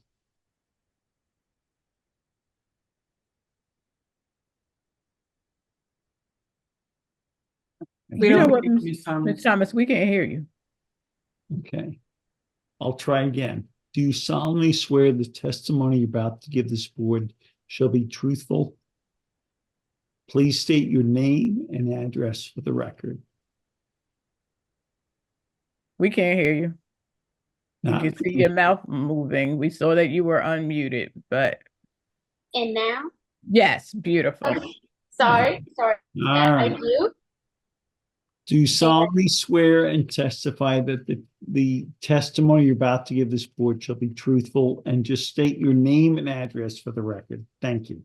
Yes, I do. Good evening. My name is Vanessa Thomas, 95 Nickel Street, and I'm just a community member here in the Ironbound. But thank y'all for the opportunity to ask some questions. One of my questions, I guess, is just wondering what, if any, measures are in place for fire risk that might be associated with the EVs or lithium ion batteries or EV charging infrastructure in general. My concern is just that the station, if I'm not mistaken, will be located right next to BNC Towing. It's also fairly close to a salvage lot, which both, have a lot of scrap metal or other metals that could potentially fuel a fire. The station's also pretty close to Doremus Ave, which we know has several facilities of concern, like 2 natural gas power plants, and it's by the Shell terminal that holds different kinds of fuels. My other question is, I guess, just related to the type of chargers that the cabs and the trailers will use. I know there's different chargers at different kilowatts that charge faster. And there's already, a decent amount of traffic between Wilson Ave and Avenue P that was, as already mentioned. And you're right by Doremus Ave, which has a lot of trucks and vehicles traveling to and from facilities. So, if there's, I think they're called the DC chargers that charge fairly fast. My only concern is that it might create some more traffic and congestion in that area, especially given there's already a lot of parking on Avenue P. And then my last question, I guess, is just any concerns related to digging or dredging related to the EV infrastructure, given the amount of brownfield sites and other contaminated sites that are in the Ironbound. Are there any potential issues related to chemicals or other substances coming up when the facility is being built? And I know that's a lot of questions at once, so happy to repeat if needed. And thank you. Sure. Thank you so much, Ms. Thomas. I think I'll defer to Dan on a few of them. I think I would say that as far as fire safety and things like that are concerned, the applicant, the owner is going to comply with all state, federal, and local, regulations related to that. These are DC fast chargers. There's, obviously a concern for safety. The applicant is also the owner of the property and the operator of the property. So you're not, in a situation where that's not the case. The Mobility Hub program through Prologis is, rolling out, throughout the country, and this is the first of its kind in New Jersey. But safety and these kind of protocols are of utmost importance to the applicant and owner of the site. So, Dan, I don't know if you just wanted to add anything technical. We obviously provided engineering testimony related to some of this, but without going too deep into testimony, again, if you could just answer any of those questions. I mean, you said it, Mr. Murphy. The electrical equipment is all required to adhere to all fire subcode requirements, which the city building department will ensure. In addition, these are fast chargers, fast DC chargers. So I'm not sure on the exact time it will take to fully charge one of these batteries, but I believe it's anticipated to be no more than an hour or two. Thank you, Mr. Mayola. I think, hopefully, Ms. Thomas, we were able to answer some of your questions. Obviously, we had some testimony, and there's going to be a lot of work on the back end if we are to be approved tonight, with the different departments within Newark to ensure, this project is built properly and safely and in the way that the city wants and that we as a company want as well.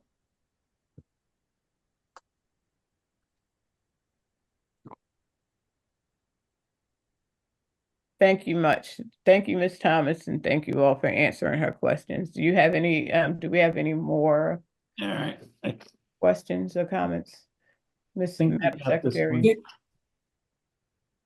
Seeing none at this time, Madam Chair. All right, so at this time, we need a motion, given all of the conditions that have been raised. I make motion, Chairman, with all the requirement conditions. And I also want to submit a board condition requirement. I make motion. Second. All right, So we motion have a by Commissioner Baez, seconded by Commissioner Purdy. All right. Madam Secretary, roll call, please. Commissioner Baez? Yes. Commissioner Purdy? Yes. Commissioner Timmons? Yes, with the conditions. Commissioner Scott Roundtree?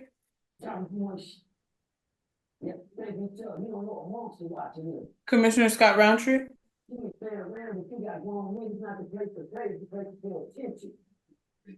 They're coming up playing and then they say the tournament is for everybody, so it ain't for y'all. Pray. You don't want to go to look, the simple fishing if you young boy. They got a I'm gonna give her a call. The president even feeds in this thing, but Well, let me ask you because his partner who was here with him yes, sir. has said. Madam Chair, we have a number of resolutions to be memorialized, 1 through 8. So proud of the man. Mr. Beck, one Not second. ready yet. I don't believe it. Because nobody want to say nothing. They ain't even right there. Oops. Yes. Commissioner Scott Roundtree, we need your vote. I said yes, honey. Thank you, ma'am. All right. Madam Chair. Yes, your application has been approved. Thank you so very much. Thank you so much, everyone. Have a great night. Thank you. All right, before we go to the memorialization, we want to review the minutes. Has everyone had an opportunity to review the minutes that we received for July 22nd and August 5th? Yes, ma'am. All right, so we're just going to go up and down, a yes, no vote on the approval of the minutes for both dates. Madam Chair, Madam Chair, if I may, we usually do the first and second motion, all in favor. Aye. Wait. Wait, we don't have a motion yet. Motion to approve the minutes. Motion to approve the minutes. So move. Madam Chair. Some of the best answers. Oh, wait, y'all. All right, so can you all in favor of approving the minutes for July 22nd and August 5th? Thanks. All right, next, Mr. Beck, we see that you're ready for memorialization of the resolutions. I will offer the following. Number 1, CPB 9. Can you hear me? Yes. Yes, we got you. 1953, CPB 2048, CPB 2234, CPB 2359, CPB 2426, CPB 2436, CPB 2439, and lastly, CPB 2465. All those commissioners that voted affirmatively to approve these resolutions at previous meetings are permitted to memorialize same, and I look forward to their memorialize same. So all in favor? Aye. Any objections? No. Aye. Let the record reflect that 1 through 8 was approved and memorialized this evening. So thank you. All right, so the next meeting of the Central Planning Board will convene on September 9th, 2024. Enjoy the remains of the summer, everyone. All right, take care. Have a good night.